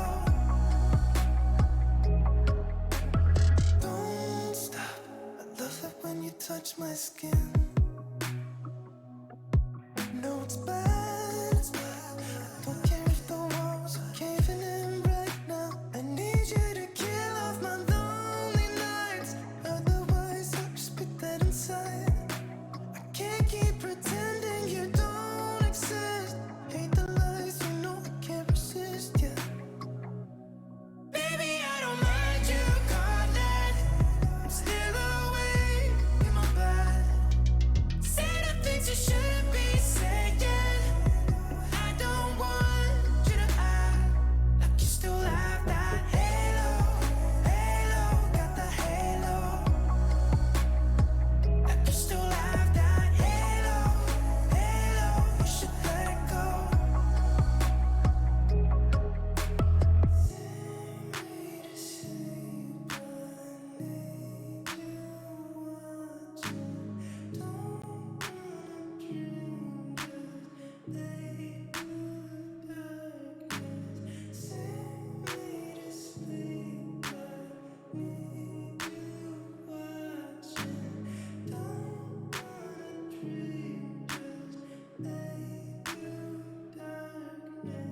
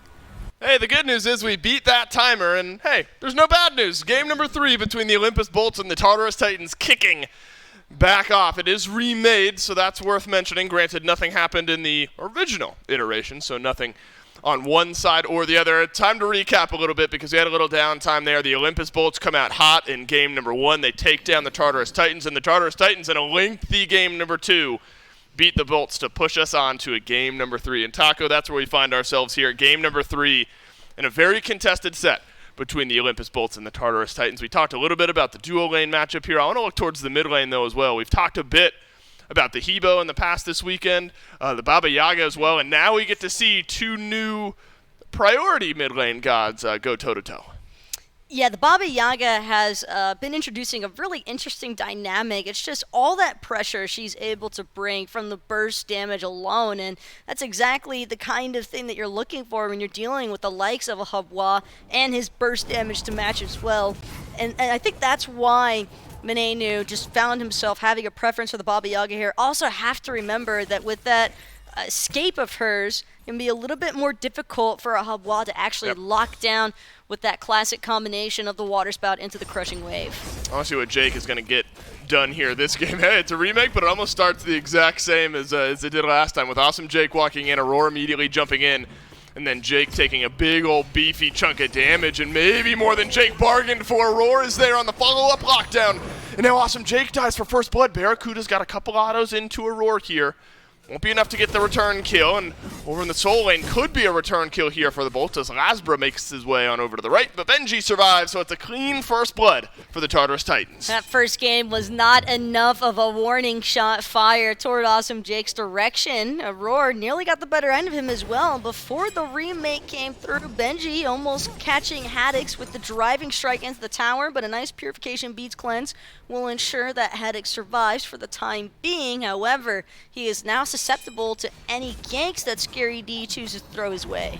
Good news is for the Olympus Bolts, they haven't fallen too far behind here in the duo lane. It's about stabilizing now. What you don't want is Cyclone Spin and Aurora to keep piling on. If anything, Barracuda actually has a slight lead here in this lane because he was left alone while Jake had to go back and respawn. So the XP feeling okay for Barracuda, and they're going to regain some pressure control here over on the left-hand side. Scary D back on this Kali, though. Still the same start. Mannequin Scepter.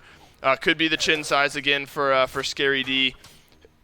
I mean, it's a long time ago, granted in real life time. Do you foresee any changes that you want Scary D to make from the last time he played this Kali to this time, or was it really the pushback from the Bolts just kind of limited what he was able to do in general in Game 1? It really wasn't about the build for what it's worth. I think that Scary's build was perfectly reasonable on the Kali. The real difficulty that he had with piloting Kali in that first game of this set, Dolson, was just the fact he wasn't ever really able to find consistent flank opportunities, and that's typically what you want Kali to be, that constant threat in the backline, just like Jake trying to threaten this purple buff. Hey, there's some threat from Scary D. Awesome Jake, he's going to go down here, and now it's Scary D right back onto the scoreboard, and this is so similar to what happened when we saw Scary D on this pick earlier on in the set where he got an early kill on the game.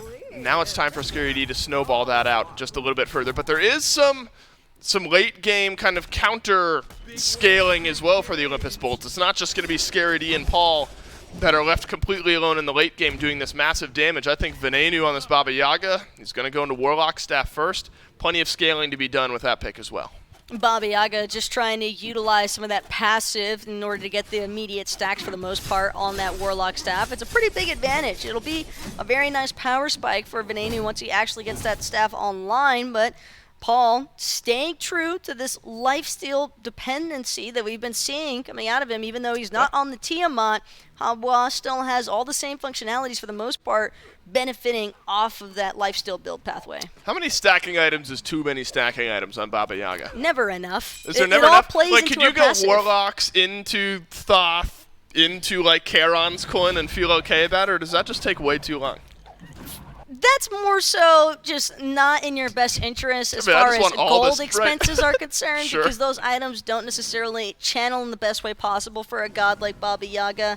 It's not impossible to do, though. Definitely sounds like a fun arena build to toy around with. But I want all the stacking items. Creeping Cabin, though, is definitely a passive that I think is just better utilized for one at a time. Maybe the Garen's coin can make its debut a little bit later on this build, but for right now, I think that the primary focus for Ven is just going to be getting immediate big power burst, because you just want to be a contending member against the likes of that water spout. More memey than anything, maybe. Aurora into the Ragnarok. He's grabbed Awesome Jake, and now Awesome Jake's going to get a little bit of a body block and a follow-up stun from Scary D. Oh, the wall is inch perfect, except for the last bit that counts. Paul able to find the damage over the wall, so Scary D and Aurora that made their way around the side, and now Scary D continuing this onslaught here in the early game. Aurora's going to pick up the red buff that was now invaded by the Titans, and the Olympus Bolts have just not had any answer on this pressure, except for a blue buff invade on the right.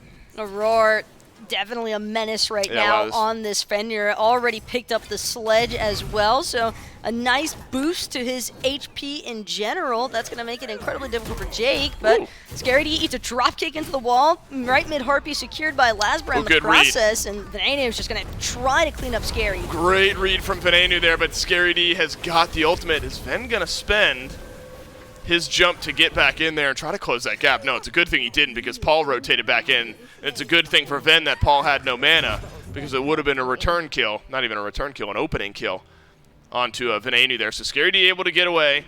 Venenu and Lasbra still showing that they want to find some pressure here in the mid lane. And that now I think the early game onus is maybe on Lasbra, on this Gilgamesh, to find that pressure, because the Bolts have just not had it anywhere on the map. And it's going to be difficult for the Bolts at this point to try and establish any sort of side lane pressure. Awesome Jake just having been a little bit abused here by the likes of Aurora and Kove. The Tartarus Titans, the worst part is that you have these late game carries that are getting early game advantages. Right. Whenever you see a Habwa, Kali with opening pick presence, Dolson, Love that. that is terrifying to think about. Absolutely, absolutely. So it's the perfect start for the Tartarus Titans. The good news is you know, if you're Jake, you're 0-3 on the Ymir. You've got Sovereignty online, so that'll help out here a little bit. Ultimately, you can still do Ymir things even if you're just a little bit behind. You'll be able to throw up a wall. You'll be able to drop a stun, drop a slow as well. You don't want to be behind because you want to be tanky. You want to live longer and do more damage, but you at least have the ability to still do what you want to do. Scary D, level 7, over by the purple buff here. Awesome Jake, he's just going to wander on into this one, but Scary D, he shrouded his routing somewhat well here. Bought a little bit of time and enough time for Jake to blink away, so maybe Engage wasn't even on the mind of Scary D there. Red buff is going to get secured by the Bolts.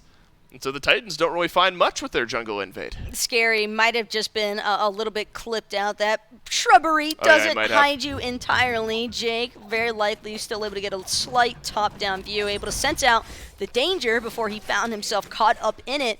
Likely to be a purple buff, though, that goes Tartarus Titans' ways. Meanwhile, on the other side of the map, Lasbra and Haddix trying to apply some pressure to Benji. And now it's Barracuda dropping the ultimate from the left-hand side of the map. The beads perfect from Benji to keep himself out of the stun. Ven rotates from mid, though, and the Baba Yaga now on the board. 7.5 minutes in, it'll be a greater Scorpion here as well. And so you got scaling mid laner on one side with an early kill. You want the same for Ven. And pay attention, though, that Warlock staff having been finished off, that was a pretty hefty chunk of damage applied onto Benji with that Wild Witchcraft channeling. Venenu already showing the kind of damage presence that this Evolve Warlock staff is going to have. And 10% magical penetration, there is no magical defense built yet for Benji. It's entirely too early on. Seems as though he's working into a Wing Blade now, which makes sense, has the 30 magical prots applied to it, but until that item is finished, even when it is, 30 magical prots in comparison to the DPS output of an Evolve Warlock staff, not going to really add up. No, you see a big chunk of that there from Venenu, who's top of the net worth charts for the moment. And so that feels pretty good here for the Olympus Bolts. We've given a lot of love, I think, to Lasbra and his tear here so far through in Season 8. I think Venenu's had a fantastic Season 8 as well. Really, the Olympus Bolts have just been better off for it. And this team is looking good. The Tartarus Titans, though, talk about a team that had struggles early on in Season 8. It has now turned things around. Still a bit of a hill to climb, but absolutely looking better, looking more formidable against the top half of the league than they had early on here in this season. So this would be a great win for the Tartarus Titans if they're able to continue to put out some pressure here in the early game. Again, it was just Awesome Jake that's gone down a few times. The rest of the Olympus Bolts have been able to stay safe. And the Tartarus Titans only convert some of that early pressure to 300, 400, 500 maybe gold in the lead. Things still feeling pretty even here, Taco, as we nearly crest that 10-minute mark. Yeah, nothing substantial that proves that there isn't a moment for recovery. Aurora going to try to find Awesome Jake with the Unchained, but will be off the mark. A nice heads-up play there from Awesome Jake to not get caught out. Might have had his ultimate forced out of him otherwise had that stun actually been applied, but I also really like the initiative the Olympus Bolts are taking by applying more pressure towards solo lane because they've been so heavily aggressed on the duo side of the map. Tartarus Titans showing that they want to try and force fights or invade pressure at red and purple. So what's the best way to alleviate that map pressure? Okay, we'll go to the other side. And with them finding a successful kill onto Benji, knowing now that the Tartarus Titans are potentially at a threat of losing their solo laner, Benji is not only forced to play a little bit more passively than what he probably would have liked, given the kind of bully control that a Hercules can have up against the Guan Yu. He just has to be a little bit more pensive and patient, and it's just not the best position for the Tartarus Titans to be in when they wanted to be able to control both side lanes so heavily. Yeah, my man Benji had to stare at Haddix while that Totem of Ku went down. Not really worth fighting over, but kind of a funny interaction given the topic that you were going over at the time while that was happening on camera. Aurora, the one for the Tartarus Titans that's driven 100% of the kill participation here so far. And it's no surprise, right? The Fenrir early on in the game has the ability to do that. There's 3 sets of beads over there for the Olympus Bolts, and it was early pressure, the early combo between Aurora and Cyclone Spin that got a kill onto a beadsless Awesome Jake. in the onset of this game. So now it's trying to continue that pace for the Tartarus Titans. Can Aurora continue to find some of those priority targets now that the lanes are starting to gain some of those levels, gain a little survivability? Well, it might be a little bit more difficult for Aurora to accomplish this feat, given that Lasbra has now finished that Void Shield. 4 physical members off the Tartarus Titans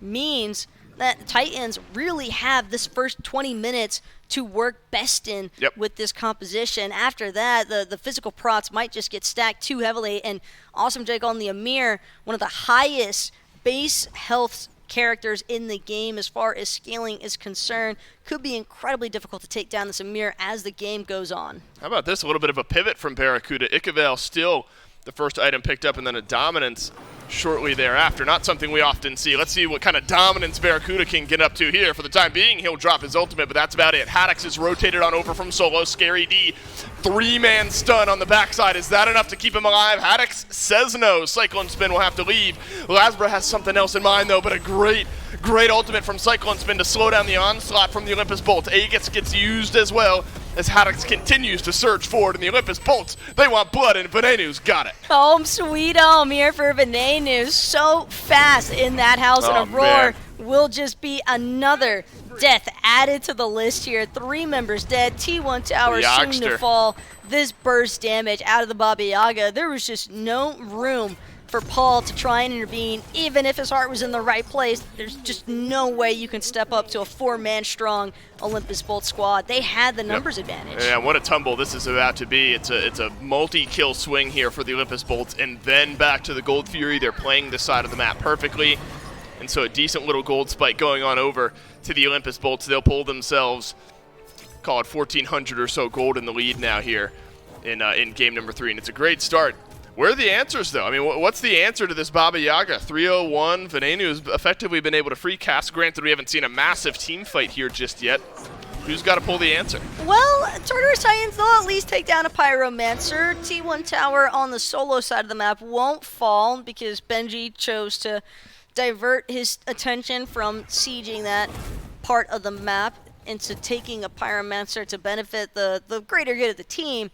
It's just Baba Yaga is incredibly difficult for a Kali to lock down. Same thing for the Hercules and this Fenrir, because she can get so far back into her back line that if the Tartarus Titans are going to try to all-in commit onto Venenu at this point, Dolson, they're going to have to pray that the Olympus Bolts aren't going to punish them on the back end of it. It's really just about exploding Ven. This likely is just going to fall down to the responsibility of Paul, and possibly even a little bit on Aurora or Benji, just to look for that initial burst of CC, whether it's a driving strike or a rune stack, unchained stun, and then Paul just has to kill him with his burst damage on the Habwa. Yeah, that's a lot of conditional statements you made there. Here are the things that have to go right in order to make Venenu uncomfortable. Right. I mean, all the dominoes have to fall in the correct direction, it feels like, for the Tartarus Titans. The lead is not that drastic. Still about 1,000 for the Olympus Bolts, so plenty of room for the Tartarus Titans to fight back into this game. But the fully stacked Warlock Staff, a fully stacked Charon's Coin, and it's feeling like one dead Kali here who uses the ultimate to get beneath the Tier 1 tower, but Winds of Shamash will lock off any hope of escape for Scary D. Paul is returning some damage on in. Home sweet home for Venenu. Chases down some damage, but not enough to get Paul dead, but back to the fountain goes Paul nonetheless. Benji rotating on over from solo lane. The knockback, there's the interrupt on some of the escape from Venenu. In the meantime, Barracuda working down the Tier 1 in mid. Benji might succeed in pulling Venenu's purification beads, but there's no follow-up. Crushing Wave had to be expended defensively, and even then, the team fight's still so heavily in the Olympus Bolt's favor. Cyclone's been not going to show face, but he just gets CC'd into his death. Beautiful wall from Awesome Jake. And there is Haddox on the follow-up. The Olympus Bolts, they smell blood, and they are sharks drawn to the blood, looking for more, as Paul is the second one to fall. As the Tier 2 tower gets dove here in the mid lane, Haddox pulled back underneath the Phoenix, takes a Phoenix shot 15 minutes in. That's going to be enough for Aurora to get the big kill here.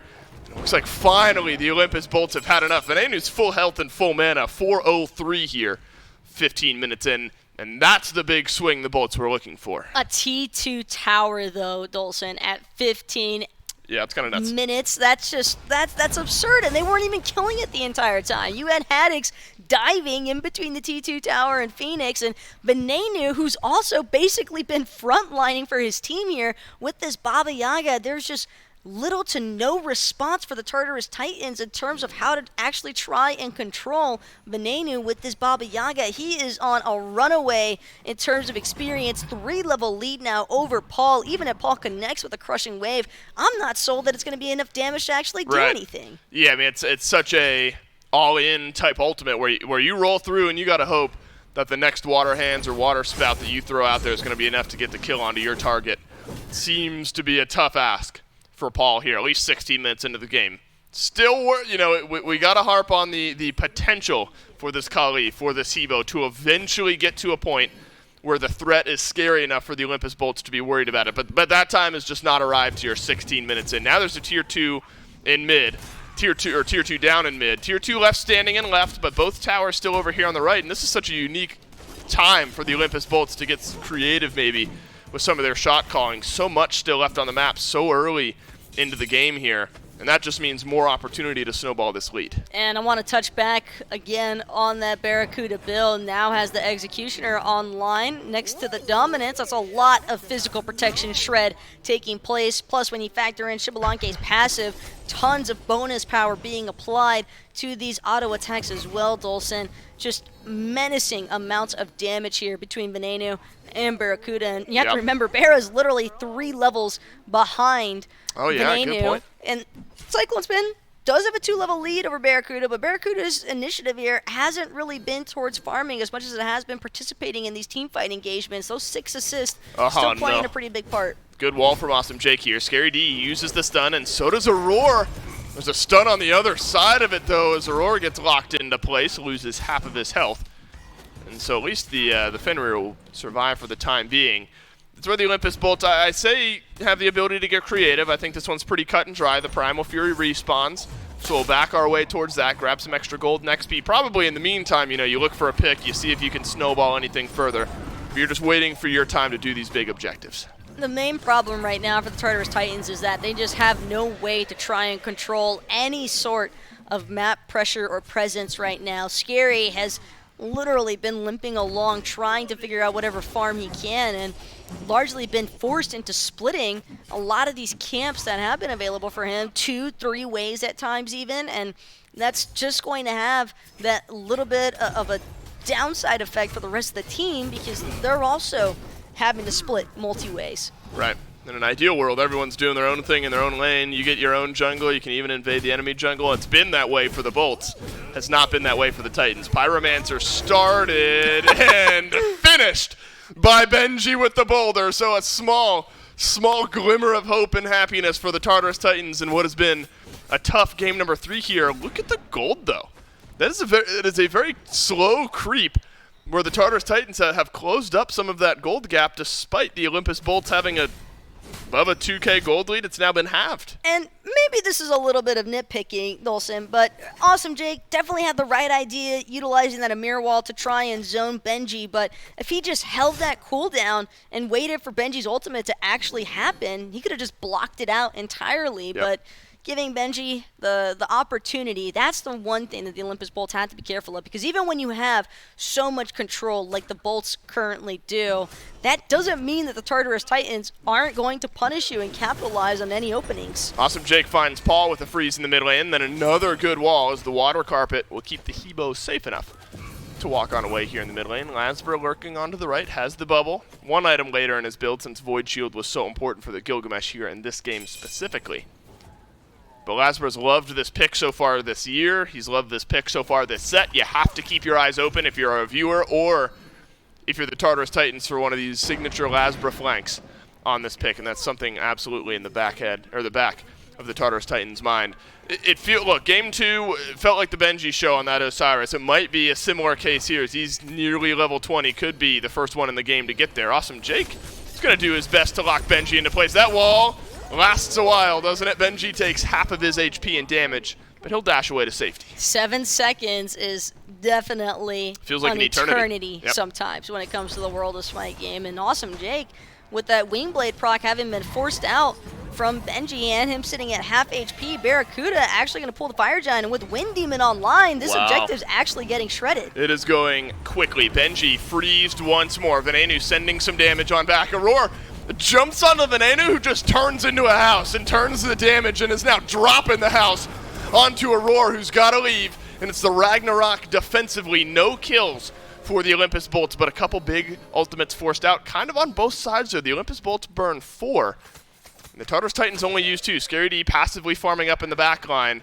Still maybe an opening for the Bolts on this FG. Not sure Scary is aware or not. I don't know if Lasbra is aware of the fact that Scary D is even this far behind the rest of the team. Scary could be looking for a playmaker opportunity here, but Lasbra seems to have spotted out this call lead. Pings are coming through. Drop kick and a miss. Barracuda gonna get stunned though. Oh man, Scary D is taking a lot of damage here. Barracuda has the Aegis if need be, but need not be. Oh, nearly perfect on the wall there from Jake, who almost died to the FG, who almost died to Scary D, but Scary D dies in return. Haddix has found a double stun with the cavalry charge. He'll dash away.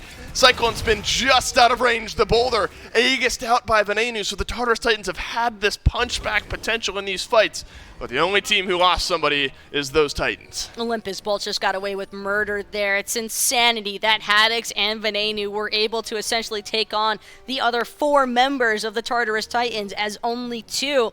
And that just goes to show the kind of annoyance features that are involved with that Baba Yaga blast off. Venenu just had so many different ways to escape, and Haddix as well. That front line was a little bit silly that they couldn't actually close out on the kill, and now with Scary, he will be respawning, so this isn't a guaranteed Fire Giant by any means for the Bolts. No. Excavate does come back up though, so that's something to keep your eyes on if you're the Olympus Bolts. Last time the Pyromancer got stolen away, so it has to be at the forefront of your mind here that Benji can make another miracle play happen. Haddix just Ragnaroked into the rest of the team. The cavalry charge enough to secure his escape, and look at the wall from Awesome Jake. It completely separates out this fight, and that gives Venenu a fantastic avenue to find big damage on Benji, who will not survive any longer. It's a rampage for the Baba Yaga, and the Olympus Bolts have yet again found a pick. All of this Baba's brew is just ripping the Tartarus Titans front line apart, and the walls as well.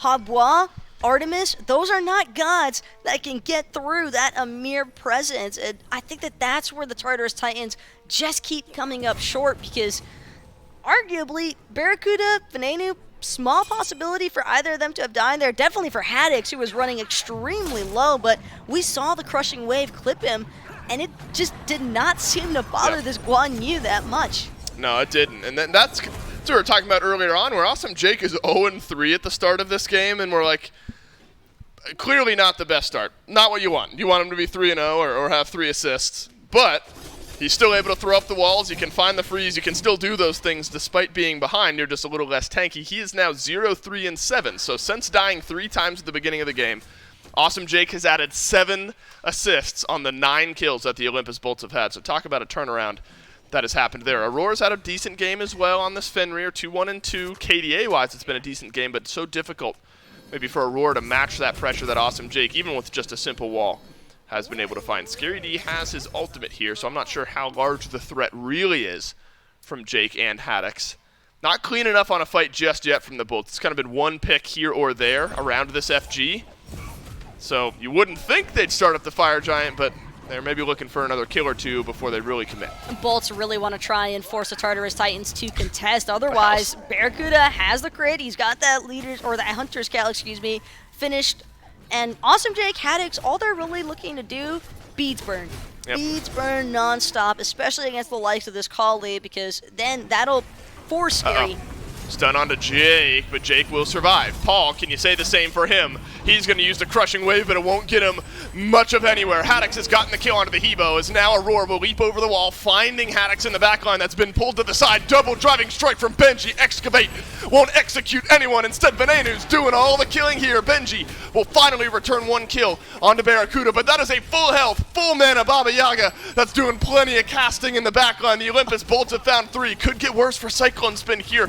plus the auto attacks turn it around, and the leap down from Lasbra gives him the killing spree. Cyclone was definitely doing damage, but in a 1 versus 4 scenario, Benji just not able to get anywhere near. These Amir walls have been so detrimental towards this Tartarus Titans team because only 2 members can actually get over it, that being the Kali and the Fenrir. Benji, though, still going to try and contest this Fire Giant. Barracuda, a little bit sad that he probably won't receive this Fire Giant buff. Not even taking certain. forever. I don't know if they have the damage for this without Venenu. Yeah, with Venenu not there, this is taking a while.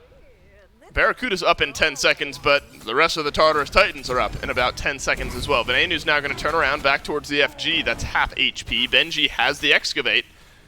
And wow, Taco, is that a bit of a fumble there for the Olympus Bolts, chasing out the kill onto Benji instead of just committing with 4 onto the FG? I don't know that it's a fumble because regardless, Benji would have almost certainly contested that Fire Giant the whole way through. With Barracuda having died when he did, that was the real negative impact there for the Olympus Bolts. And Barra, granted, he's had a fantastic Game 3 so far. He probably already knows it before I even say it, but he just got a little bit too separated from his team. Everybody went left. He chose to go right. Thought he saw a nice flank opportunity on a Cyclone spin, and he lost track of where the rest of those Tartarus Titans that were still alive had actually been at. So if he doesn't get picked there, which he honestly probably didn't need to get picked there, Right. it happens sometimes. But first death of the game, still 11 out of 13 kill participation in terms of assist. And seems as if he might be building into either a Rage or a Deathbringer as that final item. Sure. Already dealing pretty strong damage as well. Fully stacked blockade passive to boot. I don't think he's really too concerned. It's more of like a bummer situation like, hey, sorry guys, I got caught. Yeah, it just delays things maybe a little bit further. The Tartarus Titans now 3,500 gold down as the Olympus Bolts have been wrestling with that lead all game. Benji is close by here. Excavate ready to go. Barracuda and Haddix don't want to deal with it, so they'll stop on the Fire Giant. Venenu transforms into the house, and it's Aurora who's now brutalizing a whole lot of nothing. Haddix has been knocked up, knocked down. Paul picks up the first kill of the fight, and that means Aurora can now get Barracuda, who's got no active. Beads were up in 5 seconds, but that was 5 seconds too long. The Tartarus Titans have found their opening, and they've struck pay dirt. Awesome Jake now on the retreat, but a 5 versus 3 situation. Even Venenu, with all of this threat presence that he's had on the Baba Yaga so far, Scary though might have overextended his welcome. Whoa, Scary D taken down low, and I'm not sure he's got the damage before his ultimate runs out. Can Venenu chase down the damage? Of course he can, he's unstoppable, but it's a crushing wave from Paul to put Venenu in the dirt. And now Lasbra at half HP is going to get pulled back in by Benji, and the wall from Awesome Jake. I'm not sure if that helped Lasbra or not, but it does help Paul get the double kill. Awesome Jake still trying to do what he can to delay, knows that he's got about 20 seconds or so for Barracuda and Haddix, but it seems as if the standard Fire Giant is just going to have to be given up. Aurora, though, falling incredibly low. Cyclone Spin doesn't have crit, so it is taking the Tartarus Titans a decent amount of time to whittle down this Fire Giant. Awesome Jake is alone underneath the tier 2 tower here. Excavate's going to get dodged out in a good double freeze, but it's only a matter of time, you feel like, before Paul grabs the kill. The Fire Giant ends up falling down, and it is the Tartarus Titans who pick up the FG, who bring the gold lead back in their favor. 28 minutes into the game, the back and forth of this matchup, I don't think can be understated. Now we've reached that point where we see some serious damage numbers out of Paul. We finally get a chance to talk about the breakdown of what actually ensued there, Dolson, and that was really just a complete oversight from the Olympus Bolts. Barracuda had that Fire Giant down to like 20-25% HP. Yep. You may as well just all-in commit. If the only presence giving face at that time was Benji, there's no reason for Venenu to not just rejoin alongside of his hunter. Olympus Bolts, I think, investing a little bit too much of their resources towards that zoning duty and not enough on just collapsing the objective itself, because that Fire Giant looked like it should have definitely been the Olympus Bolts' favor. Right. I mean, I think it's planned hesitancy, but some type of maybe cautiousness around that FG. Where the Bolts, they chased down Benji. We've talked about that a little bit, and potentially was the right call there for the Bolts, but then pulling off of that FG a little bit too soon maybe for the Bolts. Really the focus now is on the Tartarus Titans and what they're able to get done with this Fire Giant buff. They've got it on 4 out of 5 members. Cyclone Spin, maybe the most important to have. It's going to make quick work of some of these towers, but not if Awesome Jake makes quick work of the front line. It's a double stun exchanged for a double stun. Excavate from Benji might secure the escape here. Venenu quick on the trigger, uses that ultimate, finds some damage, but ultimately no kills. A decent exchange of ultimates, though. Venenu not having that home sweet home. Barracuda losing the Darkest Nights. That is a lot of team fighting presence now stripped away from the Olympus Bolts, but seems to have done the job for the time being. Tartarus Titans, instead of trying to barrel down on that left side of the map, they're going to choose to regroup, reset, and just pool these remaining T2 towers. A collective 3K gold that's just headed straight into the bank of the Tartarus Titans once they take down that right side T2. If they take down the right side T2, it could just be a back and spend of the gold they've already required after removing the Primal Fury. And I think this build for Cyclone Spin has really started to work. We've talked a lot about Venenu and the damage that the Baba Yaga's done. I mean, 7-1-7. Of course, we're going to talk about that. Top damage in the game. Paul, not sure what happens there, but you can bet it involves a lot of damage on the Lasburn. So Paul rampaging in this game now at 6-2-1. And so you're talking about damage spikes that are starting to happen. The Olympus Bolts will take the Pyromancer. Damage spikes that are already underway, if not have already reached us. Cyclone Spin full build. It's a very quiet 1, 3, and 5 KD, but 22,000 damage just behind Venenu, who's 7-1-7. So Cyclone Spin has quietly been working up those damage numbers. Paul now has found priority targets in these fights a handful of times. Feels like the Tartarus Titans have wrestled momentum back on their side. Cyclone Spin, though, could potentially get caught out. Haddix forced into that cavalry charge a little bit preemptively as Aurora looks for the Ragnarok. Can't seem to find his target just yet. Will pick up Haddix and bring him to the rest of the Tartarus Titans. Stun onto Haddix, and Venenu deletes Scary D, and it's a great target now for the Olympus Bolts to have found early on in this fight, and that one might just delay out the rest of this FG buff. The leap away all but secures it here, but what does Awesome Jake want? He wants a blink, he wants an ultimate, and he'll find both. Freeze onto Paul, who doesn't have beads, and he'll get whittled away, and Barracuda gets big shutdown gold there, and the Olympus Bolts able to wrestle back some control. That gold might just be that finishing factor for a Deathbringer if that is what he's looking for. Instead, it could be the Olympus Bolts trying to siege this mid-Phoenix from the Tartarus Titans. 2 members dead, Scary for 30 seconds, Paul for another 40. Not sure that Benji and Aurora and Cyclone are going to be able to delay. Can they? I mean, this would be a risky call, right? Unless the Olympus Bolts are able to find some kills underneath this Phoenix. The mid lane Phoenix has been worked away. The call is end, and the call might be right. Venenu with the opening kill onto Cyclone. Aurora, bye-bye to you as well. The Phoenix still stands, but it stands no longer. Benji against the world. It's a double pull, but a single push. Now Scary D back onto the respawn, finds the stun, and he's working his way in, but Lasper instead grabs the kill. The Olympus Bolts, they'll get it done in 3 games, and they'll stay undefeated in Phase 2. It was a chance when Scary respawned to try and close that one out, but Venenu still had his Aegis online, Barracuda still had his Aegis online, the Relic forces just not there for the Tartarus Titans when they needed them most. That I can't even call it an overextension into the mid-Phoenix. I think it was more so just an issue where Cyclone, a little bit too far forward, unfortunately just gets spotted out by Haddix. Haddix did a great job diverting all the attention focused onto him, and then Aurora went incredibly deep looking for that Ragnarok, maybe a little bit stubborn in terms of the aggression out the Tartarus Titans. Could have probably played that a little bit slower around that mid-Phoenix. Just a great counter collapse from the Bolts. Something about watching Awesome Jake stand up and like roar after a big game win that I just love. The Olympus Bolts, they get this one done in 3. They had back-to-back 3-game sets here this weekend, and the Olympus Bolts win them both. Still undefeated here in Phase 2 of Season 8 of the SPL. That's it for our first set of the day. We'll take a break, and then the desk will break it down.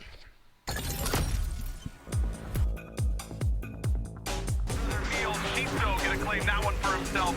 Venenu caught in a bad spot as well, and when it rains, it pours. Then actually gonna turn it around. Uh-oh. Excuse me. Sorry, sir. John Queen. Still good in those moments. Then finds 2 from the grave, including a massive shutdown on the Panatom.